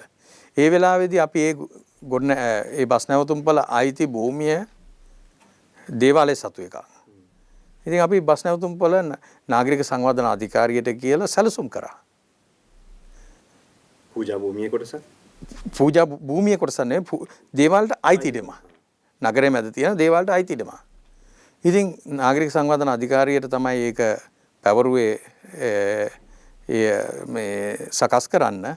ඉතින් එහිදී අපි බලනකොට බස් නැවතුම් පොළ ඉතා විශාල බස් නැවතුම් පොළක් තිබුණේ. ඒ බස් නැවතුම් පොළේ ඕක හදන්න මම තීන්දුව කරපු දවසේ මම මගේ හිතවතෙක් එක්ක කතා කරා මෙහෙම බස් නැවතුම් හදන්න එපා කිව්වා නිලමේතුම බස් නැවතුම් පොළ. හෙට උදේට දෙන්නෙක් යවන්න කිව්වා. උදේ 5 ඉඳලා රෑ 10 වෙනකන් බස් කීයක් උදේින් පටන් ගන්නවද කියලා. ඊට පස්සේ මං ගිහින් බලලා දෙන්නෙක් යවුවා. බස් 9 පටන් ගන්න. ඊට පස්සේ මං ඔහුට කිව්වා මෙන්න මේකයි පැයෙන් පැයට මං බස් ප්‍රමාණය දාලා 9:10 අතර කාලේ බස් 9යි. ඊට පස්සේ ඔහු කිව්වා පැය භාගයකට සැරයක් බස් එකක් යවනවා නම් ඔයාට බස් කිව්ව 4:00මාරයි යවන්න. 5ක් ඇදුවරන් ඇති. මං කෝ බෑ ඒ ගාන හදන්න මේ පාර අපි 9ක් ඇදුවා. ඒ ප්‍රමාණය දෙගුණයක්. ඉතින් ඒ විදිහට විද්‍යාත්මකව හොයලා නාගරික සංවර්ධන අධිකාරිය ඇත්තට මේ ඒ දැනුම මට දුන්නේ ධම්මික පෙරේර මහත්තයා. ඉතින් ඒ විදිහට අපි සාකච්ඡා කළා නාගරික සංවර්ධන අධිකාරියෙන් හැදුවේ. එහි දෙවනාදියරක් තිබුණා. ඒක දැන් බස් කිව් 40 ගානක් තිබිච්ච එක තමයි 9කට හැදුවේ. අවශ්‍යතාවයට. එතකොට ඒ ගොඩනැගිලි ඒ ඉඩමේ ඉස්සරහා විශාල භූමි භාගයක් තියෙනවා කිසිම ප්‍රයෝජනයක් ගන්න නැතුව. ඉතින් මේ ගොඩනැගිලි හදනකොටම නාගරික සංවර්ධන අධිකාරිය කිව්වා දැන් ලංකාවේ හැමතැනම වෙළඳ සංකීර්ණ ඉදි වෙනවා බස් නැවතුම් පළත් එක්ක දෙවෙනි අධිකාර හැටියට වෙළඳ සංකීර්ණයක් හදන්න කියලා. ඉතින් අවුරුදු එකමාරක් ප්‍රමාද වුණා. ඔවුන් ඒ සඳහා මට යෝජනාවක් ලබා දුන්නා මේ විදිහට හදන්න කියලා. ඉතින් ඒ හදන්න යනකොට තමයි ඇත්තට මෙතන දෙන්නයි ඉන්නේ. ඔවුන් දෙන්නගේ තියෙන පෞද්ගලික අවශ්‍යතාවයන්. ඔවුන් දෙන්නත් එක්ක මාත් එක්ක අර පූජවට්ටියත් එක්ක සහ තැටියත් එක්ක ප්‍රශ්න ඇති කරගත්ත පිරිසක් ඉන්නෝනේ. ඔවුනුත් එකතු වුණා. එකතු වෙලා මේ පිකටිං එකක් කරා. ඉතින් මං කිව්වා නෑ මං බස් ස්ටෑන්ඩ් හදන්නේ නෑ. shopping complex හදන්නේ නෑ. ඔය ඉඩම කොහොම තිබුණාවේ. මං කොහොමද නිලමනේ. මං හදන්නේ නැහැ. මොකද ඒක එතන හැදුවනා. ඒ භූමිය පර්චස් අපි 100ක් විතර තෝරගෙන තිබුණා. ඒ පර්චස් එක මං හිතන්නේ පර්චස් එකක් ඒ හරිය මිලියන 2ක් විතර වෙනවා. ඉතින් බදු පදනම් මත දෙනකොට වුණත් අපිට දේවල්ට මූලික ආධාර මුදලක් හැටියට මිලියන් එකක් ගත්තා. මිලියන 100ක් එනවා. ඉතින් කතරගම රෝහල මං හදන්න බැලුවා. තියෙන රෝහල අයින් කරලා අලුතෙන් එකක් හැදුවා මිලියන 50යි යන්නේ. ඒත් තව මිලියන 50ක් ඉතුරුයි. ඔය අලුතෙන් හදපු බස් නැවතුම් පොළ අපිට හදන්න ගියේ මිලියන 17මාරයි. ඒ කියන්නේ මේ මිලියන 100න් හදනවා නම් බස් නැවතුම් පොළවල් 6ක් හදන්න පුළුවන්. ඉතින් මේ මුදල් තියෙනවා අපේ ගාව. සම්පත් තියෙනවා. එක්කෙනෙක් දෙන්නෙක් එක්ක අහුවෙලා විරෝධතා පවත්තලා තර්ජනය කළා. ඉතින් මම නම් හිතන්නේ ඉතින් මට ඊට වැඩි වැඩ තියෙනවනේ. මම මොකටද shopping complex හදන්නේ? ඒක හදන්න නැතුව හිටියම ඉවරයිනේ. මම රෝගලක් හදනවනේ කියලා හිතනවා. ඔව් නෑ ඉතින් මේ මං කතරගම රෝවලටත් මං ඕක පටන් ගත්තම සල්ලි හම්බ වෙනවා. දැන් ඔය අපේ දෙවෙනි අදියරට දැන්ටමත් ඇඳන් 100 දැන් ඇඳන් 500යිනේ. ඇඳන් 150කට විතර බැතිමතුන් සල්ලි දෙන්න සූදානමින් ඉන්නවා. ඒකට තව 350 හොයාගන්න තියෙන්නේ. ඒ සඳහා පොඩි වැඩ අපිට කරන් තියෙන්නේ. අපි මේකෙන් වෙනස් වෙලා මේ කතාවේ ඉස්සරහට එනකොට අපිට පේන්න තියෙන දෙයක් තමයි දැන් ඒ කියන්නේ දේවාල භූමියක් විදිහට තිබිච්ච තැන මේ කියන තරම් ආලවට්ටම් තියෙන මේ කොටු බිල්ඩින් එකක් හැමතැනම තියෙන වෙලද එහෙම භූමියක් නෙමෙයි අපි අවුරුදු 500ක් විතර ආපස්සට ගියෝතේ. එක චාරූපයක් මන් දන්නේ 500ක්ද 200ක්ද 100ක්ද කියලා එච්චර වෙන්න බෑනේ කැමරාව හොයාගත්ත කාලෙකත් නෙමෙයි. මේ පොඩ පස්සට ගියාම පෙන්නේ නිකන් පෝල් ගස් ටිකක් එක තියෙන දේවාල භූමියක් නේ. මෙච්චර සංවර්ධනයක් වෙන්නේ කොයි කාලෙද දේවාලේ? මේක සිරිමාව මැතිනිය තමයි මේ පූජා භූමිය ඇතුලේ හිටපු පදිංචිකරුවන් එළියට ගෙනල්ලා ඔවුන්ට ගෙවල් හදලා දීලා කඩ කාමර හදලා දීලා අලුතෙන් නගරයක් ඉදි කරා ගඟෙන් අනිත් පැත්තේ. පූජා භූමිය නිදහස් කරලා ඒ සංවර්ධනය පටන් ගත්තේ සිරිමාව මැතිනිය. ඊට පස්සේ 1987 ප්‍රේමදාස මැතිතුමාගේ ගම්මුදාවෙන් පස්සේ ගොඩාක් සංවර්ධනයක් වුණා ඒ ගම්මුදාවට සමගාමීව. ඉතින් මේ වගේ සංවර්ධනය නැත්තම් මේකත් ඉතින් අර පොඩි දේවාලයක් හැටියට තිබිච්ච තැන. ඊට පස්සේ මහින්ද රාජපක්ෂ මැතිතුමාගේ යුගයේ ඒ කතරගමට එන පාරවල් හයිවේ වැටුණා. බැතිමුතුන් එන්න පටන් ගත්තා. කාපට් පාරවල් හේදුණා. ඉතින් මේ යුගවල හිටපු නායකයෝ කතරගම කෙරෙහි තිබිච්ච භක්තියත් එක්ක තමයි කතරගම දියුණු වුණේ. ඉතින් අද මේ තියෙන තත්ත්වයට ඇවිල්ලා තියෙන්නේ ඒ දියුණුවත් එක්ක. අපිට මේ දෙවියන් සහ කතරගම සම්බන්ධ තියෙන විශ්වාසයක අපි දකිනවා හැමෝම එක එක විශ්වාස වලින් එනවා. අපිට අපැහැදිලි සමහර වෙලාවට ඉතිහාසයක් තියනවාද මේ අය මෙහිම ඉන්න මේ ස්ථානෙට කියලා. සමහරවිට සමහරු ඒ විශ්වාසයටම දෙන්න කියලා. ඒ ජාතීන් අනුව ආගම් අනුව කොහොමද මේක වෙනස් වෙලා තියෙන්නේ මේ විශ්වාසය? චතුර මහත්තයා මෙතන බුදුහාමුදුරුවෝ වැඩම කරපු කිරිවෙහෙර තියෙනවා. අෂ්ටඵල බෝධිය තියෙනවා. රුහුණු මහා කතරගම දේවාලය තියෙනවා. ශ්‍රී අවිනමාරාම පන්සල තියෙනවා. එහි දුටුගැමුණු සෑය තියෙනවා. ඊට පස්සේ තේවනි අම්මාන් කෝවිල තියෙනවා. වල්ලිමෑණියන්ගේ දේවාලය තියෙනවා. මුස්ලිම් පල්ලිය තියෙනවා. සර්ව ආගමික පුදබිම. අනිත් පැත්තෙන් මැණික් ගඟෙන් වට වෙලා තියෙන්නේ. ඉතින් මීට වැඩිය සර්ව ආගමික හින්දු මුස්ලිම් බෞද්ධ සියලු දෙනාට වැඳ පුදා ගන්න පුළුවන්. සියලු දෙනා බොහොම එකතුව. මොකද මම අවුරුදු 3ක් විතර වෙනවා නිලම් වෙලා. අන්‍යාගමික බලපෑම් කියලා කතාවක් තියෙන වචනයක්. මුස්ලිම් පල්ලිය තියෙන්නේ දේවාලට මීටර 100ක් 150ක් ඉස්සරහා. හින්දු කෝවිල තියෙන්නේ අල්ලපු ඉඩමේ. මට නම් අද වෙනකන් කිසිම අන්‍යාගමික බලපෑමක් නැහැ. කිසිම ඔවුන්ගේ වැඩ කරගන්නවා. අපිට කිසිම කරදරයක් නැහැ උදව්වක් කරන්න. එහෙම දෙයක් නැහැ. අපි හරියට කරනවා නම් අපේ වැඩේ ඔවුන් අපිට කරදර කරන්නේ නැහැ. අපි ඔවුන්ට කරදර කරන්න ගියොත් තමයි ඔවුන් වෙනුත් අපිට කරදර එන්නේ. විවෘත මනසකින් ඔවුන් දිහා බලනවා නම් මුස්ලිම් පල්ලිය අනේ පාලක මල්ලේ බොහොම එකතුයි. ඔවුන් අපිත් එක්ක විශේෂයෙන්ම ඒ වගේම හින්දු කෝවිල දේවයන්යන් කෝවිල පන්සල් දෙකේ හාමුදුරු ස්වාමින් වහන්සේලා තමයි මාව නිලමේ හැටියට පත් කරන්නේ. කිරිවෙහෙරෙන් යෝජනා කරන්නේ. අභිනවාරාමේ ස්ථිර කරන්නේ. ඉතින් මේ උපදේශ අනුශාසන සියල්ල දෙන්නේ පන්සල් දෙකේ. මේක මහා පූජා භූමියක්. ඉතින් මේ වගේ පූජා භූමි බොහොම හිගයි ලෝකෙම. ඉතින් මැණික් ගඟෙන් වට වෙලා තියෙන්නේ. ඉතින් අපි මේවර හදනවා මැණික් ගඟට. මොකද මේක ඉතිහාසයේ තිබුණේ කතරගම ඔය පාලම් හදන්න ඉස්සෙල්ලා මැණික් ගඟට බැහැලා නාලා ඒ දියරෙද්ද පිටින් දෙයි හාමුදුරු වඳින්න යන. ඉතින් ඒ කියන්නේ පිරිසුදු වෙලා යන්න. ඉතින් මේ ඉතිහාසය පාලම් එක වෙනස් වුණා. ඊට පස්සේ අපි කතරගමට පිවිසුමක් බලනකොට අපිට කීප දෙනෙක්ගෙන් යෝජනා වෙච්ච කාරණා එක මම හිතන්නේ පුතුමත් දන්න හොඳ මාධ්‍යවේදියෙක් ඉන්නවා අපේ දේවප්‍රිය මහත්තයා. දේවප්‍රිය දේවප්‍රිය මහත්තයාගේ අදහසක් වුණේ එතුමා ඉන්දියාවේ ගිහිල්ලා බල්ලවිල්ල මට හැමතිස්සෙම කියනවා එතුමා ඉන්දියාවේ දේවාල වලට යනකොට ඉස්සරහින් වතුර එක්ක මොනවා හරි තියෙන මේ කාපට්ටයක් හරි මොකක් හරි කකුදේ හොදන් යන. අපේ දේවාලටත් එහෙම එකක් ඕන කියලා මේක හැමතිස්සෙම වද දෙනවා මට. ඊට පස්සේ ඔය ඔස්සේ හිතනකොට තමයි මට තේරුනේ ඉතින් මොකටද කාපට්ටයක් දාලා වතුර දාන්නේ මේ ගඟ තියෙන්නේ. ඉතින් ගඟේ වතුර අපි අඟල් 3කට පාලනය කරා. පාලනය කළා ගඟට බහින විශාල ප්‍රාකාරයක්. පඩිපෙළ අඩි 60ක් පළලයි. ඉතින් එක පැත්තකින් බහැලා ගඟ තරණය කළා අනිත් පැත්තෙන් උඩට එන්න. මෙවර එන පෙරහැර මංගල්‍යයට එන සියලු බැතිමතුන්ට මම හිතන්නේ ලංකාවේ නෙමෙයි ලෝකෙවත් නැහැ. ගඟකට බහැලා ගඟ තරණය කළා දේවාලට එන්න තියෙන ඒ වගේ අවස්ථාවක්. ඒ කියන්නේ වතුර ගහගෙන යන්න ඉඩක් නැහැ කොහෙවත් කරන්නේ බය නැතුව. නෑ. පාලනය කරනවා. පාලනය කරලා තියෙන්නේ. අඟල් 3ක් තමයි උපරිම වතුර තියෙන්නේ. ඉතින් අඟල් 3ක ඇවිදන් එන්න පුළුවන්. ඒතකොට අඩු ගානේ නාලා එන්න බැරි වුණත් දැනට කකුල් දෙක හරි සුද්ධ කරන් එන්න පුළුවන්. අවුරුදු 2ක් ගියා. ඒකක් ගුවන් හමුදාවෙන් හදන්නේ. විශාල මුදලක් වැය කරා. අපි නම් කර ගෝල්ඩන් ගේට් කියලා. අපි බලාපොරොත්තු වෙන ලබන මාස 21 උදෑසන විවෘත කරන්න. ඉතින් බැතිමතුන්ට ඒ සියල්ල විවෘත වෙනවා.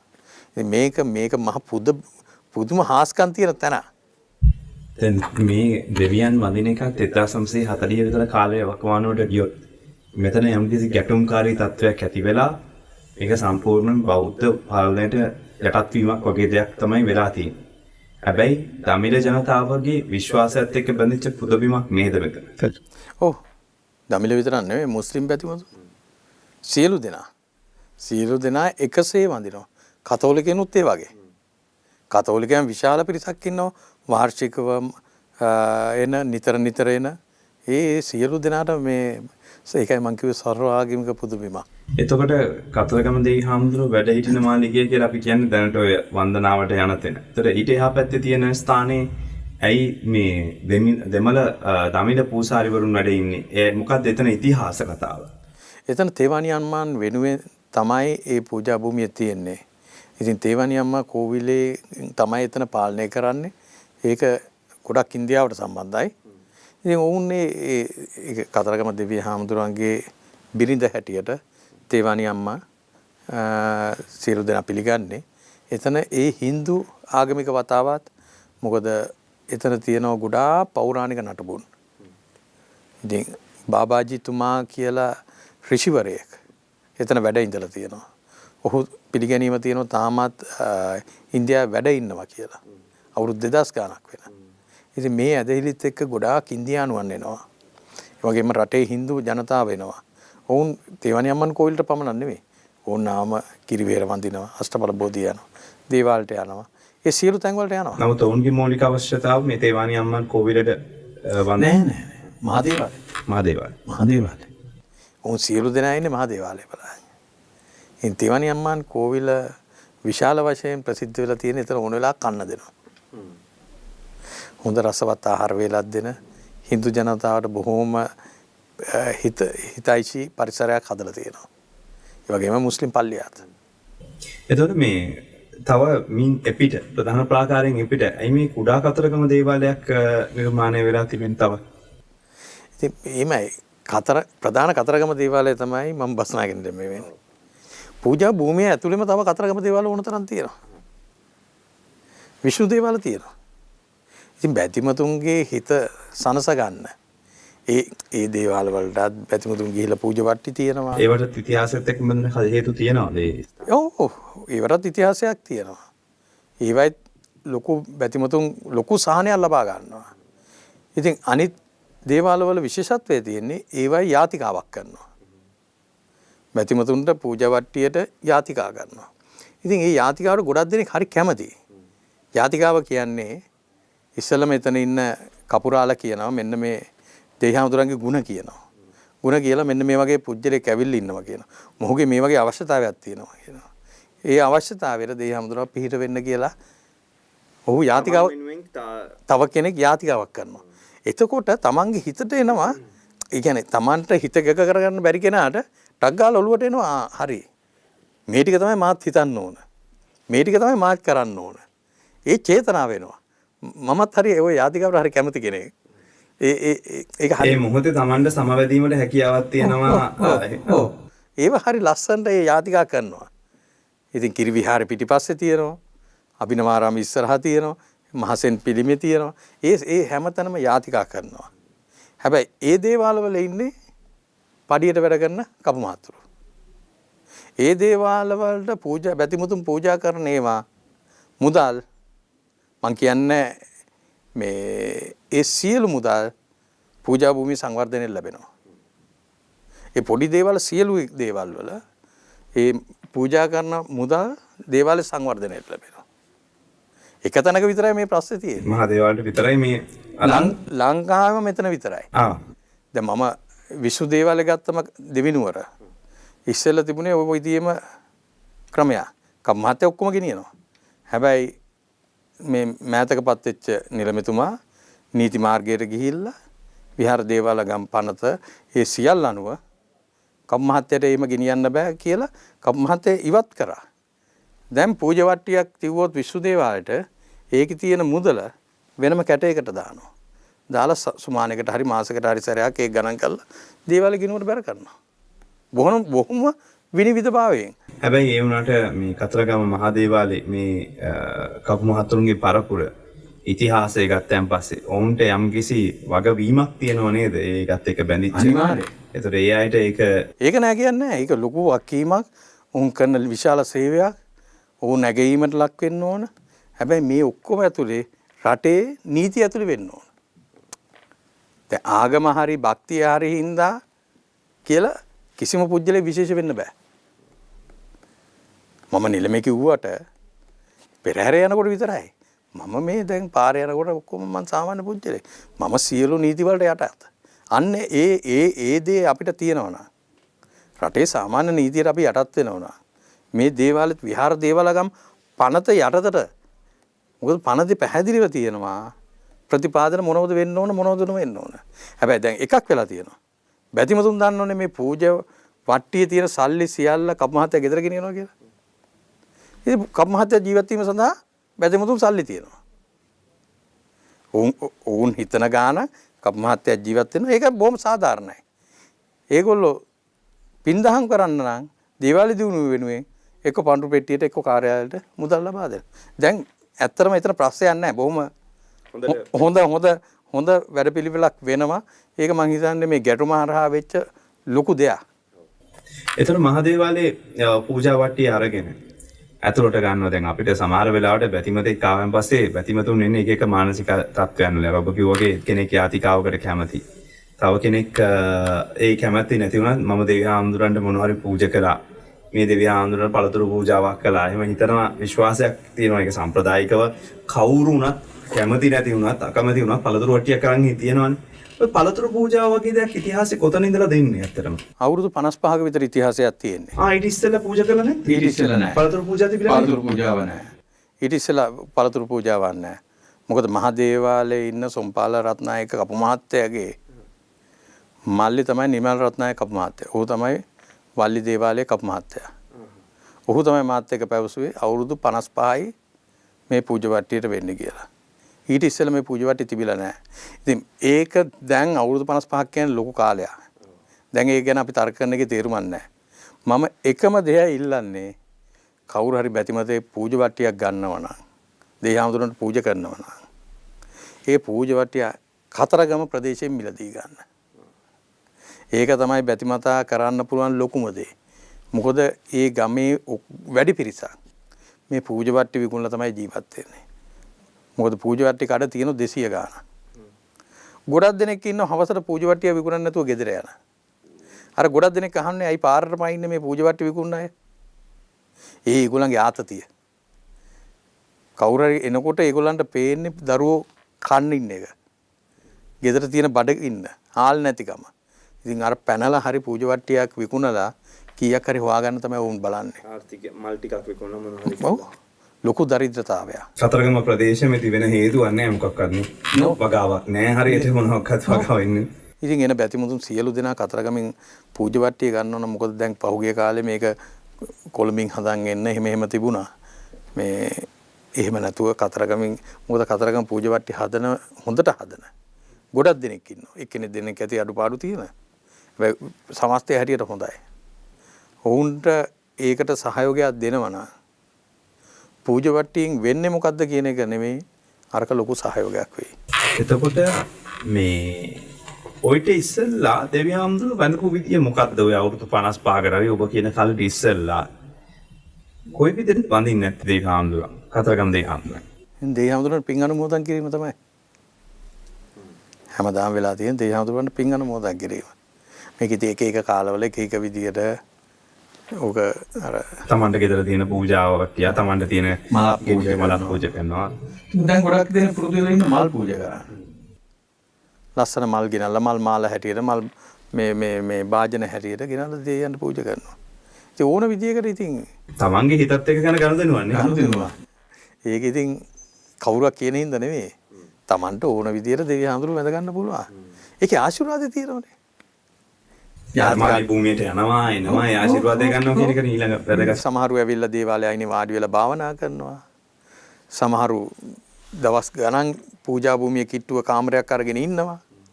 අෂ්ටඵල බෝධියට ගිහිලා භාවනා කරනවා. කිරිවේරේ රෑ 12ට ගිහිලා භාවනා. මේක මහා හිත සනස ගැනීමේ කේන්ද්‍රස්ථානයක්. ඒ වගේම මුස්ලිම් පල්ලියේත් හින්දු කෝවිලෙත් අභිනවාරාමේ මේ සියලු තැන්වල ඒ දැන් අභිනවාරාමයට ගියාම ඔබතුමා දන්නවා ඇති මම හිතන අත්විඳලාත් ඇති ඕන කෙනෙකුට කැම තියෙනවා. පැය 24ෙම කන්න දෙනවා. පැය 24ෙම කන්න දෙන හාමුදුරුවෝ.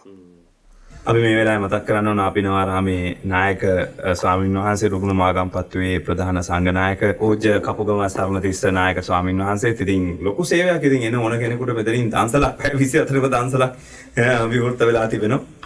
ආහාර ගන්න පුළුවන්. ඒත් මතක් කරනවා. මම මේ දැන් ඔය කතාවත් එක්ක ඊළඟට එන කතාව තමයි දැන් මේ සමහර මේ කියවෙන දේවල් තියෙනවානේ. අතු පන්දරම වුණත් එහෙම නැත්නම් වහලේ උළුසෙවිලි කිරීමේදී වුණත් හරි කතා තියෙනවා එක එක මේ මට ඉන්න කට්ටියගේ මේ බිම බලන්න එපා කියලා කියනවා දේවාලය වලට ගිහිල්ලා වහල සෙවිලි කරනකොට මේ වගේ පොඩි විවිධ කතා තියෙනවා. මේ කතාවල කියවෙන දේවල් මොනවද ඇත්තටම? මේ වගේ මොනවද මේ කියවෙන ගම්මේ වෙන දේවල් ඒවා ඇත්තද? නෑ දේවාලේ පැවැත්ම වෙනුවෙන් අපේ හිටි රජ කාලේ හිටි බුද්ධිමතුන් මම පිළිගන්නවා අදට වැඩිය ගොඩාක් බුද්ධිමත් අය ඒ කාලේ ඉඳලා තියෙනවා. ඉතින් අද කාලේ සාමාන්‍ය මැනේජ්මන්ට් එකක් හදන්නේ අවුරුදු 20කට 30කට 50කට. හැබැයි රජ කාලේ මේ මැනේජ්මන්ට් එක දේවාලේ මැනේජ්මන්ට් එක හදලා තියෙන්නේ අවුරුදු 2300ක් අදටත් නොකොඩවා යනවා. ඊළඟට පවතිනා තාත්කල් කියලා වගේ හදලා තියෙනවා. දැන් එහෙම එකක් හදපු දෙයක් ඔබතුමා දන්නේ නැහැනේ. අපි දන්නේ නැහැ එහෙම. මෑත කාලේ එහෙම බුද්ධියක් නැහැ අපිට. මොකද ඈත ඉතිහාසයේ හිටපු අයට දැන් නිලමේ සහ කපු මහතුරුන්ට දේවාලය ඇතුළට ගිහිල්ලා ඇතුලේ තියෙන ඒවා එළිය කියන්න බෑ කියන්නේ. ඒක මැනේජ්මන්ට් එක. ඊට පස්සේ නිලමෙවරේ පත් වුණාම කොහෙවත් ලියලා නැහැ. ඉස්සෙල්ලා හිටපු නිලමෙවරයා ඇවිල්ලා මැටි කාමරේදී අලුතෙන් පත් වෙච්ච නිලමෙවරයාට ඒ සියලු චාරිත්‍ර කියලා දෙන්න ඕන. ඊට පස්සේ පත් වෙච්ච නිලමේ ඊළඟට එන නිලමෙට ඇයි මම මැටි කාමරේදී කියලා දෙන්න ඕන. මේ සියලු චාරිත්‍ර තියෙනවා. දැන් අපිට කිලි ගෙදරකට යන්න බෑ. මල ගෙදරකට යන්න බෑ. ඒ වගේ ගොඩාක් දේවල් තියෙනවා. ඒකෙන් දැන් මේ තනතුර බාරගෙන අවුරුදු 3ක කාලේ මල ගෙදර කිසිම මල ගෙදර ගිහින් නැහැ. තමන්ගේ වලගයක් කොහොමද? ඒත් යන්නේ නැහැ. පවුල කෙනෙක්. මගේ නෝනගේ අයියා නැති වුණා මං ගියේ නැහැ. ගෙදරින් එළියේ හිටියේ. ඉතින් ඒ වගේ කැපකිරීමක් කරන්න වෙනවා. ඒ කැපකිරීම කපු මහතුරුක් කරනවා. හැබැයි ඒ චාරිත්‍ර වාරිත්‍ර ඒ සියල්ල මේ වෙනකොට ඒ විදියට මිෂ්ට වෙනවා. කපු මහතුරුන් මොනවද සිද්ධ වෙනවා? මෙහෙමයි. හැමතැනම අඩුපාඩු තියෙනවනේ. සමස්තය හොඳයි. විශ්වාසයි සමස්තය හොඳයි. එතකොට තාම මොනවද ඔයගේ චාරිත්‍ර වාරිත්‍ර මේ වගේ දේවල් එක්ක මේ දුර බාරගත්තන් පස්සේ බස් ලායින් දුර බාරගත්තන් පස්සේ තියෙන දේවල් අපි දන්නේ නැහැ නේ. මේ වගේ දේවල් මේ ඇත්තටම මෙහෙම දේවල් තියෙනවා කියන්නේ. නෑ ඉතින් සාමාන්‍ය ජීවිතේදී මම සාමාන්‍ය පුජ්‍යලේ. දේවාලේදී විතරයි වෙනස් වෙන්නේ. හැබැයි ගෙදරදී වුණත් මගේ නෝනා මට වෙනම උයලා දෙනවා. ගෙදර උයන ඒවා නෙමෙයි මං කන්නේ. මට වෙනම වාජනවල උයලා දෙනවා. ඒව ඉදුල් කරන්නේ නෑ. ඒව මං විතරයි කන්නේ. ඉතින් ඒ වගේ චාරිත්‍ර තියෙනවා. ඉතින් ඉදුල් හැන්දකින් වෙන කෙනෙක් බෙදාගත්ත එකකින් බෙදා ගන්න නෑ. ගොඩක් වෙලාවට මංගල උත්සවයකට ගියාම කන්න නැතු වෙනවා. එහෙම නැත්නම් ඩෙසර්ට් එකක් කනවා.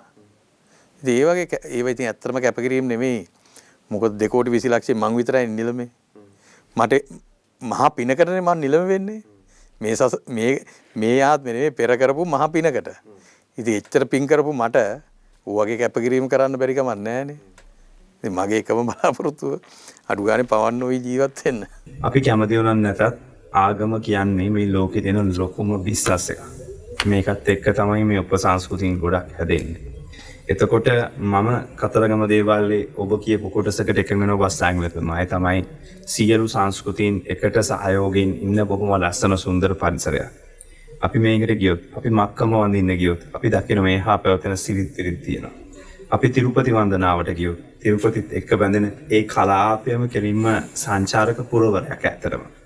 ඉතින් මේ ඩෙස්ටිනේෂන් මාකටිං ගත්තොත් මේ කතරගමත් එක්ක තමයි අනෙක් පුදබිම් අවශේෂ ස්ථාන يعني කතරගම විතරක් නෙමෙයි වඳින්න පුළුවන් තැන්, නාන්න පුළුවන් තැන්.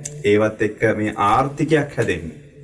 ඒතර කතරගම නිලමේතුමා, බස්නායක නිලමේතුමා හිතනවා හදන්න ඕන දේවාලයට අමතරව මට රෝහල දරුවෝ වෙනුවෙන් හිතන්න ඕන කියලා. මේ ඩෙස්ටිනේෂන් මාකටිං කොටසත් එක්ක හිතලා නැද්ද වැඩ කරන්නේ? කියන්නේ ඇත්තටම මේ ප්‍රදේශ සංචාරක වශයෙන් මෙතන ආකර්ෂණය ලක් කිරීම සහ ඒවා ස්ථාන නඩත්තු කිරීම ඒක වෙනම ආර්ථිකයක් හැදීම ගැන කාරණේ. ඔබතුමා කියන කතාව 100%ක් හරි. දැන් අපි ලංකාව ගත්තොත් ලංකාවටයි විදේශිකයෝ එන්නේ. ඔවුන් දළදා මාලිගාවට යනවා, සීගිරියට යනවා, දඹුල්ලට යනවා, අනුරාධපුරයට යනවා, පොළොන්නරුවට යනවා. හැබැයි කතරගමට එනවා අඩුයි. දැන් ඔය ගඟට බැහැලා උඩට නැගෙන ගෝල්ඩන් ගේට් එක පවා හදන්නේ සංචාරක ආකර්ෂණය. දැන් විදේශිකයෙකුට ලංකාවේදී කිව්වොත් ගඟට බැහැලා ගඟ තරණය කරලා යන පූජා භූමියක් තියෙනවා යමු කියලා. ඔහුට විශාල අත්දැකීමක්. ඔවුන් එන්නේ අත්දැකීම් හරහා. අනිත් එක තමයි මුස්ලිම් දේවාලය තියෙනවා. හින්දු දේවාලය තියෙනවා. බෞද්ධ පන්සල් ටික තියෙනවා. කතරගම දේවාලය තියෙනවා. ඉතින් මේක මහා සංස්කෘතික තැනක්.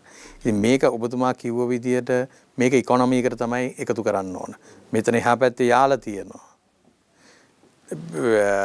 අනිත් පැත්තෙන් ගියාම අරුගම්බේ පැත්තට යන්න පුළුවන් දකුණේ මූද තියෙනවා. ඉතින් මේ සියලු සම්පත් තියෙනවා. ඉතින් මගේ ඇත්තම මේක ව්‍යාපාරික ස්ථානයක් හැටියට. ඒ කියන්නේ ව්‍යාපාරික කිව්ව හැටි ඔබ වැරදි විදියට අර්ථකථනය කරගන්න එපා. මොකද මෙතෙන්ට සංචාරක යමක් වියදම් කරන්න පුළුවන් සංචාරකයන් ගෙන්වා ගැනීමේ මධ්‍යස්ථානය. එතකොට කොහොමත් අනිත් අය එනෝනේ. දැන්ට වෙලා තියෙන කතරගම හොඳ යම් කිසි ලොකු මුදලක් වියදම් කරලා කෑම වේලක් ගන්න කෙනෙකුට කෑම ගන්න තැනක් නැති වෙලා තියෙනවා. ඉතින් ඒව ඇති කරන්න ඕන. හොඳ කෝපි එකක් බොන්න තැනක් ඇති කරන්න ඕන. විදේශිකයන්ට ඇවිල්ලා නිදහසේ ගත කරන්න පුළුවන් තැන් හදන්න ඕන. ඉතින් ඒව දැන් පහුගිය අවුරුදු දෙකේ දියුණු වෙලා තියෙනවා. දැන් විශාල විදේශිකයන් ප්‍රමාණයක් එනවා. ඉතින් මේකත් එක්ක තමයි ගමේ ආර්ථිකය හදන්න පුළුවන්. නැත්තම් ගමට සල්ලි යන්නේ නැහැ. නැත්තම් මේ අපේ අර පොඩි ප්ලාස්ටික් සෙල්ලම් බඩු විකුණලා ඒවෙන් මං හිතන්නේ ආර්ථිකයක් හදන්න පුළුවන් කියලා. මේ ආර්ථිකය හදන්න අපි මෙතෙන්ට විදේශිකයෝ සහ දේශීය සහ රටෙන් එපිටට ගිහිල්ලා ඉන්න පිරිස කතරගමට ගෙන්න ගන්න ඕන නිවාඩුවට ආවම. ඔවුන් ලවා මුදල් වියදම් කරන්න. මුදල් වියදම් කරන්න කාරණා නැහැ කතරගම. එතකොට අපි මේ කාරණා ටික හදන්න ඕන. ඉතින් මම දකින්නේ ඒ ටික කරොත් හැබැයි දැන් වෙනදාටත් වඩා වෙනස් වෙනවා. දැන් ඉස්සර කතරගම යනවා කියන එකට අපි කොළඹෙන් ගියොත් මුහුදුබඩ මාර්ගය හරි එහෙම නැත්නම් පැන්මඩුල්ල හරි ගිහිල්ලා එනකොට දවසකින් ඉන්න බෑ. යම් මහන්සි දවස් දෙකක් විතර ඉඳලා එක්ක තුනක් ඉඳලා තමයි කතරගම. දැන් කතරගම වඳිනවා කියන එක මේ උදේ පාන්දර මෙතනින් හයිවේ එකේ දානවා. ගිහිල්ලා ආපහු පාරක් උදේ පිටුනා හවස 2-3 වෙනකොට කොළඹටත් ඇවිල්ලා. ඉතින් මං කියන්නේ තේවාවට ඉන්නේ නැත්තම්. ඉතින් මේකත් එක්ක ඉකොනොමියකට ඔය කියන දායකත්වෙ ඉන්නේ නැහැ නේ. කියන්නේ ළඟ එතකොට තිබුණේ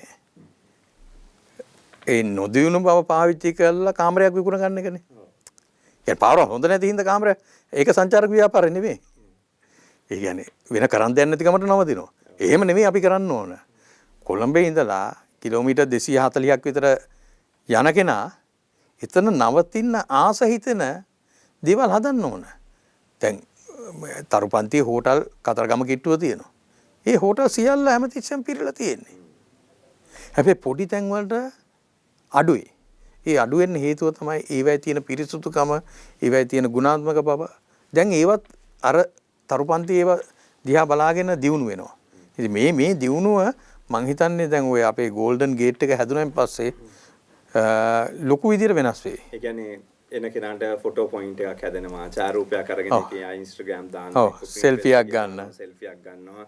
මේක තමයි මේ ඩෙස්ටිනේෂන් එක මාකට් වෙන්න. වැඩිහිටි කන්ද තියෙනවා, වතුර ආයිල පන්සල තියෙනවා. ඉතින් මේක මහ පුදුම දවස් 3ක් ගත කරන්න පුළුවන් තැන.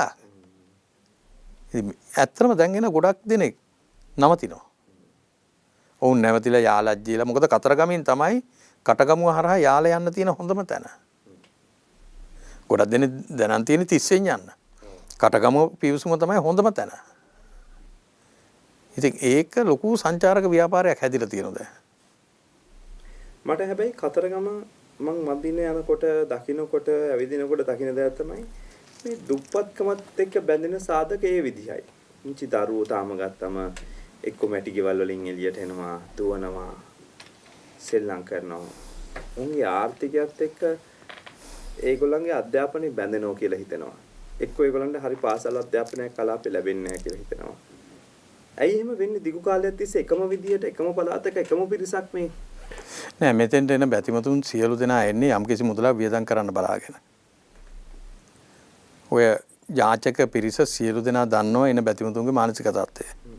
ඒ නිසා තමයි මම මොකද කොවිඩ් උදුර කාලේ යාචකයෝ ටික ඔක්කොම ගෙනිහිල්ලා තැනක විශ්‍රම ශාලාවේ නවත්තලා උන්ට හොඳ ඇඳුම් දීලා කොණ්ඩ කපලා වෙළඳ සංගමෙත් එක්ක එකතු වෙලා 3 වෙලා ආහාර වේල් දීලා වේල් 3ක් දෙනකොට මිනිස්සු කවුරුත් නැහැ.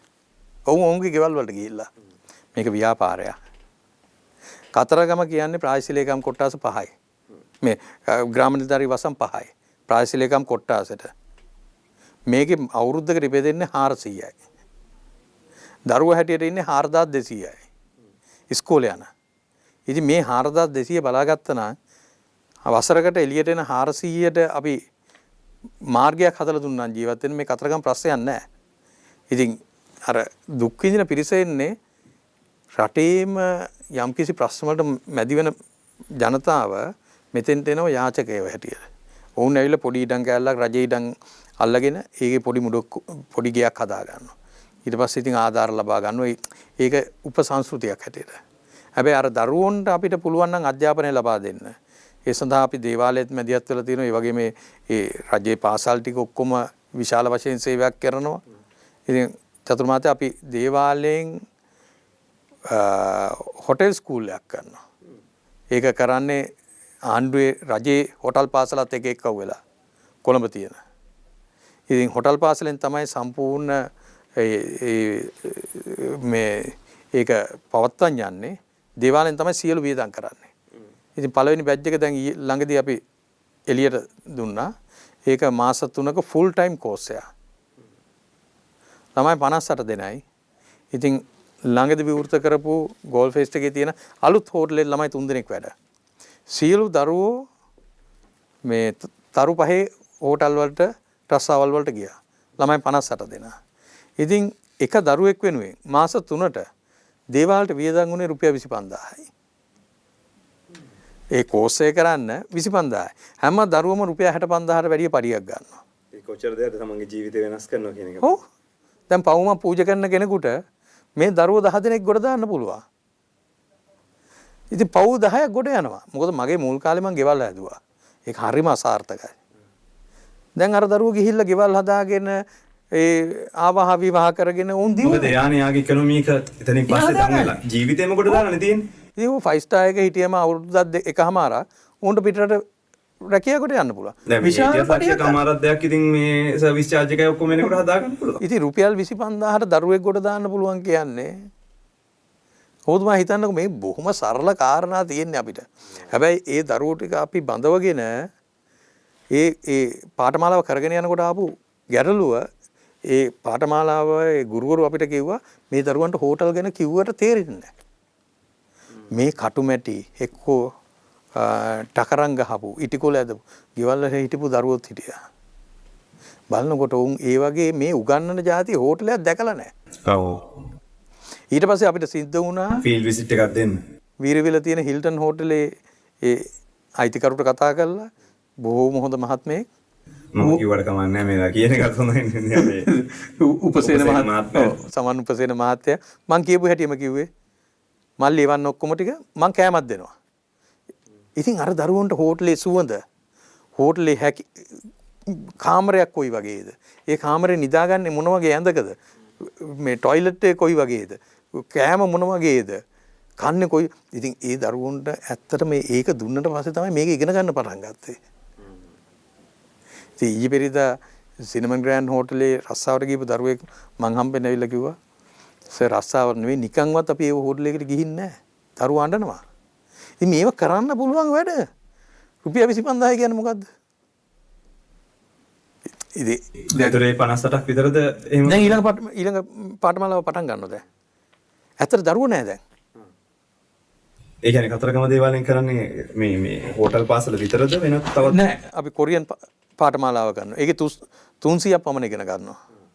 ඉතින් කොරියාවේ ගියොත් අඩු ගානේ ලක්ෂ 5ක් ගෙදරට එවන්න පුළුවන්. ඉතින් හිතන්න 100 දෙනෙක් කොරියාවට යවා ගත්තා. ලක්ෂ 500ක් එනවා කතරගමට. ඉතින් අර කරවල කෑල්ලක් කාපු නැති අම්මා මාළු කෑල්ලක් කන්න පටන් ගන්නවා. පැදුරු නිදාගත්ත අම්මා ඇඳේ නිදා ගන්න පටන් ගන්නවා. කොරියන් මෙට් එක නිදා ගන්න යනවා. මේක නෑ ඉබේ මේ වෙනස් වෙනවා. ඊට පස්සේ අපි DP education ආයතනය පවත්වන ළමයි 1000කට වැඩි ඉන්නවා. 1000කට වැඩි ඉන්නවා 1300ක් පමණ. DP education පළවෙනි පාසල කතරගම. ධම්මික පෙරේරා මහත්තයාගේ අධ්‍යාපන වැඩපිළිවෙලේ පළවෙනි පාසල පටන් ගත්තේ කතරගමේ. ඔන්ලයින් පාසල. ඔන්ලයින්. කතරගමෙන් පටන් ගත්තේ. ඔහු තරම් හිටියේ නෑ. මොකද ඔය කොරෝනා උදුර කාලේ මගේ දරුවෝ කොළඹ අධ්‍යාපනය ලැබුවේ ඔවුන් ඔය DP education එක ඉගෙන ගත්තා. ඉගෙනගෙන ඊට පස්සේ මම බැලුවා කතරගම දරුවන්ට මුකුත් නැහැනේ. මම කම්පියුටර් 10 සල්ලි වලට අරගෙන දේවාලය අරමුදලෙන් අර මේ නිරෝධායන නීති අනුව වට කළා 10 දෙනෙකුට දුන්නා. ඒක සැරෙන් සැරේ සුද්ධ කර කර දිගටම දුන්නා. ගිය අවුරුද්දේ ඉස්සෙල්ලා අවුරුද්දේ ඔක්තෝබර් 1 වෙනිදා ධම්මික පෙරේරා මහත්තයාව දේවාලය වන්දින් මම අඳුරන්නේ නැහැ. මම දේවාලය වැඳලා එළියට එනකොට මම කිව්වා යම් පොඩ්ඩක් එතකොට කම්පියුටර් 20ක් තිබුණා. පොඩි මේකක් තියෙනවා යම් බලන්න කියලා. එතුමා විනාඩි 5කට කැමැති කරගෙන එක්කගෙන ගියා. ඉතින් ඒක දැක්කම තමයි එතුමාට තේරුනේ එතුමා හදපු වැඩපිළිවෙල මේ වගේ ක්ලාස් රූම් එකකට ගේන්න පුළුවන් කියන එක. එතුමා පැතිවල ළමයින්ට ප්‍රයෝජනවත්. ලොකු ප්‍රයෝජනයක්. එතුමා පැයකට වැඩි එතන හිටියා. එතනින් එළියට ගිහිල්ලා තමයි ওই වැඩපිළිවෙල එතුමා වෙනස් දැන් අපි පටන් ගත්ත බොහොම ප්‍රාථමික මට්ටමේ. එතුමා ඉතාමත් විශාල මට්ටමින් ඒ කම්පියුටර් යුනිවර්සිටි එකක් විදියට ඒක පටන් ගත්තේ. ඉතින් මේක මම ඒ ප්‍රතිඵල තියෙනවද ඇත්තටම ළමයින්ගේ කියන්නේ මං අහන්නේ දැන් ඒ කියන්නේ ළමයෙක් දැන් ක්ලාස් එක ඔන්ලයින් ඉගෙන ගත්තා කියන එක ඉතින් ඇමරිකාවට වැඩ කරන දරුවෝ ඉන්නෝනේ පඩි ගන්න. දැන් කතරගම නෑ තිස්ස මහරාමේ උද්දකන්දල පන්සලේ අපිට පස්සේ පටන් ගත්තේ. හැබැයි ඒ ස්වාමින් වහන්සේගේ තියෙන ඒ කැපකිරීමම හින්දා ඇමරිකාවේ කම්පැනි වලට වැඩ කරන DP education එක ඉගෙන ගත්ත දරුවෝ ඉන්න උද්දකන්දල පන්සලේ. ඊට වැඩිය මොකද්ද? ලංකාවේ කම්පැනි නෙමෙයි ඇමරිකාවේ කම්පැනි වල. කතරගමත් දැන් මේ තත්ත්වේ ඉන්නේ. කතරගමත් ඒ තත්ත්වේ තියෙනවා. අපිට ගොඩක් දරුවෝ එතනින් එහාට ගිහිල්ලා රැකියාව වලට ගියා එතනින් ඉගෙනගෙන ඒක කෝඩින් වලින් ඇත්තටම ඒ දරුවෝ හැදෙන ප්‍රමාණය ගොඩාක් වැඩි. උන්ගේ මේ සහයදී ඔබ කියන විදිහට මේ දේවාල භූමියේ මේවා සම්හතරේ එන කම්පියුටරයක් අතින් අල්ලන්නවත් පහස නොලබන්නවත් ඉන්න දරුවෝ ටිකක් ඇවිල්ලා මේ කම්පියුටර් දැනුම ලබා ගන්න. ඔව්. ඒකම කොච්චර පිනක්ද දෙයන්ට. ඇත්තටම දැන් පිළිකාරෝහලටයි අධ්‍යාපනයට පමණමයි පිනට කියලා කතරගම දේවාලේ සල්ලි වේදන් කරා. ඉතින් ওই දෙකෙන් විතරයි මේක ගොඩ ගන්න පුළුවන්. දැන් මේ බස් නායක නිලමේ වගේ දුරයකට පත් වෙනකොට දැන් මේවත් එක්ක කියන්නේ මේ බිස්නස් තියෙන්නේ මේවා පත් කරන විදිහ අරයල්ලන්න ඕන මෙයාවල්ලන්න ඕන මෙයාට ගානක් දෙන්න ඕන මෙයාට ගානක් දෙන්න ඕන නැත්නම් මේකේ ඉන්න බෑ කියලානේ. ඔබතුමා තව කොච්චර කාලෙ ඉන්න පුළුවන්ද මේ පත්වීමත් එක්ක ඉස්සරහට තියෙන ප්ලෑන් එකක් ගහවද තියෙන්නේ මේ බස් ටැග්ල විදියට ඉන්න? තම අවුරුදු 2කට පොඩි කාලයක් අඩුවෙන් තියෙනවා මට. ඉතින් නිලමේවරේ හැටියට පච්චාන්නේ කිරිවෙහෙර නායක හාමුදුරුවෝ යෝජනා කරන්නේ අභිනවාරාමේ නායක හාමුදුරුවෝ ස්ථිර කරාම මම නිතරගෙන්පත් උනේ. මට නිලම වෙන්න ඇත්තම ඒ වෙලාවේ තුන් හිතකවත් තිබුණේ නැහැ.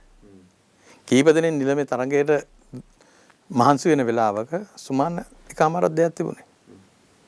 ඒතර මහින්ද රාජපක්ෂ මැතිතුමා අගමැති මට කතා කරලා කිව්වා කතරගම නිලම වෙන්න කියලා. ඉතින් මම ගියා නිතරගෙන්පත් උනේ.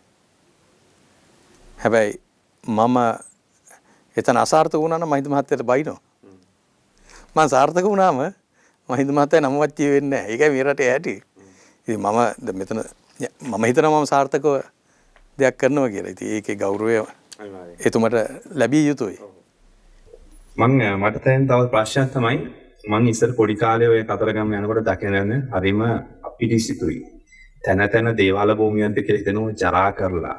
කියන්නේ මල පහ කරලා ගඳයි. එතකොට හැමතැනම ගොම එක්කෝ හැමතැනම සුනගයන්ගේ ඒ අය කියන්න දෙයක් නැහැ. මම සමහර ඉතිහාසයක් තියෙනවා මම ඒකේ සමයි පා වෙනවා මේ දැක්කන් පස්සේ. ඒ කියන්නේ වැලි භූමියේ වැල්ලේ ඇවිදන් යන්න බැරි තත්ත්වයක් තිබ්බා. ගස්සට ඉන්න බැරි තත්ත්වයක් තිබ්බා. දැන් මේක කතරගම මේ පහුගිය දවසක ගියාම පුදබිමකට එහාට ගිය නිකම් ලස්සන ලෑන්ඩ්ස්කේප් කරපු හරි සත්තුත් නැහැ ගොමත් නැහැ. කුණු ඒ කියන්නේ කැලිකසලත් නැහැ. කොහොමද එක කෙසෙල් වෙල්ලන්නේ නැහැ. ඒකනේ කොහොමද මේක වෙනස් වුනේ? එක කෙසෙල් වෙල්ලක් එක ටොපිකොලයක් කොහෙවත් මොනවත් නැහැ. ඉතින් ඒක බොහොම පොඩි දේවල් වලින් වෙනස් කරේ. නෑ කොහොමද දැන් මම කියන්නේ. එහෙම තිබිච්ච තාක් කැලිකසල දාන භාජන 130ක් තිබුණ පූජා භූමියේ. ඒ 130ම අයින් කරා. එතකොට කුණුයි කියලා ඉන්නේ මල් නැට්ටනේ. හරි පළතුරු කෑල්ලක් හරි. ඒ හනු කුරු දානේවා මේ අනු මේ උතන් එනවා සිලිසිලි. ඊ වෙතින් බැතිමුතුන් ගෙනියන්න ඕන. මෙතන මේ කුණු දාන තරම් නෙමෙයි. ඒවා බැතිමුතුන් ගේන බෑග් එකේ දාගෙන ගෙනියන්න වෙනවා.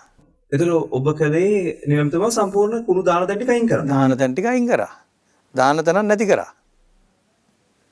ඉතින් ඔය පළතුරු කෑල්ල කන්න තමයි හරක එන්නේ.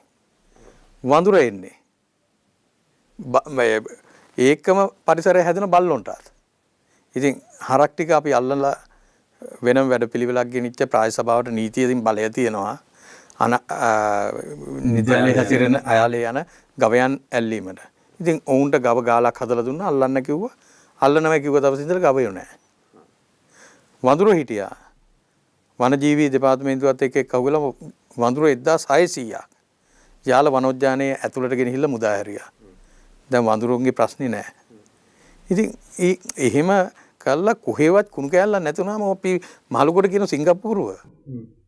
සිංගප්පූරුව නෙමෙයි කතරගම දේවාලට ගිහින් බලන්න. කතරගම අපි ගත්තොත් ගොඩාක් ගමෙන් බැද මිනිස්සු නුගත් කියන්න හොඳ නැහැ. එහෙම පරිසරයක හැබැයි කොහෙවත් කුණු කෑල්ලක් දාන්නේ නැහැ. කිසිම තැනක කුණු කෑල්ලක් නැහැ. එහෙනම් පිරිසිදුර තියෙනකොට මෙතන අපවිත්‍ර කරන එක මට හොඳ නැහැ කියලා යාට තියෙනවනේ. පළවෙනි කෙසෙල් එල්ල දානකොට ඔය හැමතැනම අපේ සේවකයෝ ඉන්නවා. ඒ ලෙල්ල ගන්නවා. හැබැයි පළවෙනි කෙසෙල් එල්ල දාලා පැයක් යනකොට කූඩේකට කෙසෙල් එල්ල එකතු වෙනවා. පළවෙනි එක තමයි ගන්න ඕන. ඉතින් පූජා භූමියෙන් එහාට ගිහිල්ලා දැන් අපි දෙටගමුව බැබ. ඒ ආසන්නේ මම මොකද පහුගිය දවසක දැන් මාස 4-5කට ඉස්සෙල්ලා යනකොට විදේශිකයෝ ජෝඩුවක් ඡායාරූප ගන්නවා. ඔවුන් shopping bag ටික අයින් කරලා තමයි ඡායාරූප ගන්න සූදානම් වෙන්නේ. මොකද බිම අර ඉටි බෑග්. දැන් ඒ මුළු දෙටගමුව බැබ නගරය වෙනමම පිරිසක් දාලා තියෙනවා. ඉටි කවර, ප්ලාස්ටික් බෝතල්, ටොපිකොල සියල්ල අයින් කරන්න දේවාලය. මේ කාටද අයිති ප්‍රාය සභාවටද අපිට ඒක වැඩක් නැහැ. මේක පූජා භූමිය මේ ප්‍රදේශයේ මේක අපේ වැඩේ කරගත්තම ඉවරයිනේ. බොහොම සරලයි. එතකොට මේ වෙනස ඇත්තම කියන්නේ මේක කන්සෙප්ට් එකක් විදිහට රටේ අනිත් තැන් වලට ගෙනියන්න පුළුවන්. ඒ කියන්නේ අනිත් පූජා භූමි වලට අනිත් තැන් වලට ඒ කියන්නේ කුඩු හදලා දාන දෙක අයින් කරා නම් තමන්ගේ ටික තමන් අරගෙන එනවා ගෙදර එනකොට නේ කුණු ටික. ඔව් ඉතින් මේ පූජා භූමිය කියන්නේ කුණු දාන්න තැනක් නෙවෙයිනේ. අනිවාර්යයෙන්ම. ඉතින් ඒක මුලින් ඉතින් මට බයින්නේ නැති ටික. දැන් කවුරුත් එකට පුරුදු වෙලා. මුලින් එනකොට කියන්නේ මේ කුණු ටිකක්වත් දාන්න නෑ. මේ දාන්න හරි තැනක් තියෙන්න බෑ. මේ අඩු ගන්න පළතුරු සුද්ධ කරන ටිකවත් කියලානේ. නෑ කුණු දාන්න එක තිව්වම ඒකට බත් ටිකක් දානවා. විදුල් බත් ටික බෑග් තියෙන සියලු දේ දානවා. ඉතින් මේක පූජා භූමිය පළවෙනියට ඕන පිරිසුදු තියන්නේ. අනිවාර්යයෙන්. ඉතින් ඒකට ඊට පස්සේ වැසිකිලි පහසුකම් නොමිලේ ලබා දෙනවා. පෙරහැර මංගල්‍යයේදී තිබිච්ච ලොකුම ප්‍රශ්නේ වැසිකිලි ප්‍රශ්නේ. අනිත් දවස් වලට අපිට බෑ නොමිලේ ලබා දෙන්න. පෙරහැර මංගල්‍යයට පමණක් අපි වැසිකිලි පහසුකම් සියල්ල නොමිලේ. මොකද අපි දන්සලේ කන්න දෙනවනේ. ඔව්. නොමිලේ කන්න දීලා වැසිකිලි අය කරන්න බෑනේ. ඒක ප්‍රතිවිරුද්ධ මතයක්. ඊට පස්සේ මෙවර අපි පෙරහැර මංගල්‍යයත් එක්ක වාහන නැවතුම් පොළවල් නොමිලේ කරලා තියෙනවා. ඉතින් ඒ වගේ බැතිමතුන්ට පහසුකම් දුන්නම ඔවුනුත් ඒවා ආරක්ෂා කරනවා. අපේ රටේ මිනිස්සු හරි හොඳයි. හරියට ආරක්ෂා කරනවා. ඔය එක්කෙනයි දෙන්නයි ඉන්නේ වැරදි කරන අය. අපි එමත් යන්නේ නැතුව අර 99% හොඳ මිනිස්සුත් එක්ක වැඩේ කරාම ඉවරයි. එතකොට මේ පාදයාත්‍රාවේ ඉන පිරිසට අවශ්‍ය පහසුකම් සැපයනවද වෙනම නැත්නම් වෙනදට වඩා හරි වෙනස් පාදයාත්‍රාවේ ගොඩක් මේක එක්ස්පීරියන්ස් කරන ලංකාවේ ඉන්න මේ ටුවරිසම් සෙක්ටර් එක සංචාරක දේශේ ඉන්න කට්ටිය හරි ආසයි නේ සංචාරක විදිහට මේක කැලේමදී නෑ මේක බැතිමතුන්ගේ හින්දු බැතිමතුන්ගේ මහා පූජාවක්. ඔකදින් ඇතුළු වෙලා දවස් 3ක් 4ක් කැලේ මැද ඇවිල්ලා බොහොම දුෂ්කර ක්‍රියා කළා දේහවඳුන වඳින්න එන්නේ. දැන් මේක අනිත් අය අරන් තියෙන ඔබතුමා කිව්වා වගේ මේක එක්ස්පීරියන්ස් කරන වැඩක් හැටියට.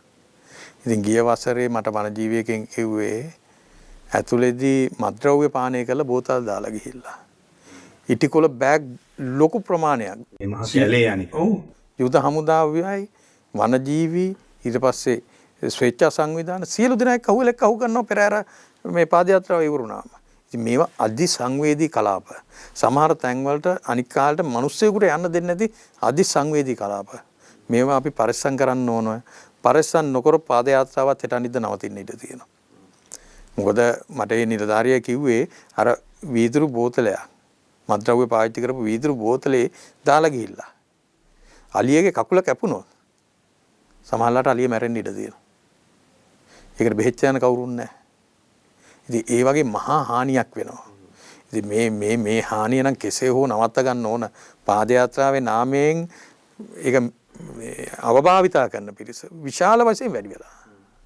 ඉතින් අද අපේ සාකච්ඡාව වෙන්නුනේ ඇත්තටම ගත්තොත් මේ දේවාලය වඳින්න එන්න දේවාලය වඳ පුදා ගන්න කතරගම දේ හම්බුර දකින්න පුදු පූජා පවත්වන්න පළතුරු වට්ටි තියන්න මේ කියන කතාව නෙමෙයි ඊට එහා ගිය කතාවක්. සැබවින්ම දෙවියන් වඳිනවා නම් බෞද්ධයෝ විදියට කොහොමද වඳින්නේ? අනිකුත් ආගමිකයන් විදියට වඳින්න ඕන. අපි හදන අපි කරපු පුරුදු හරිත. ඒවැ කොච්චර දේවල් කරන්න පුළුවන්ද?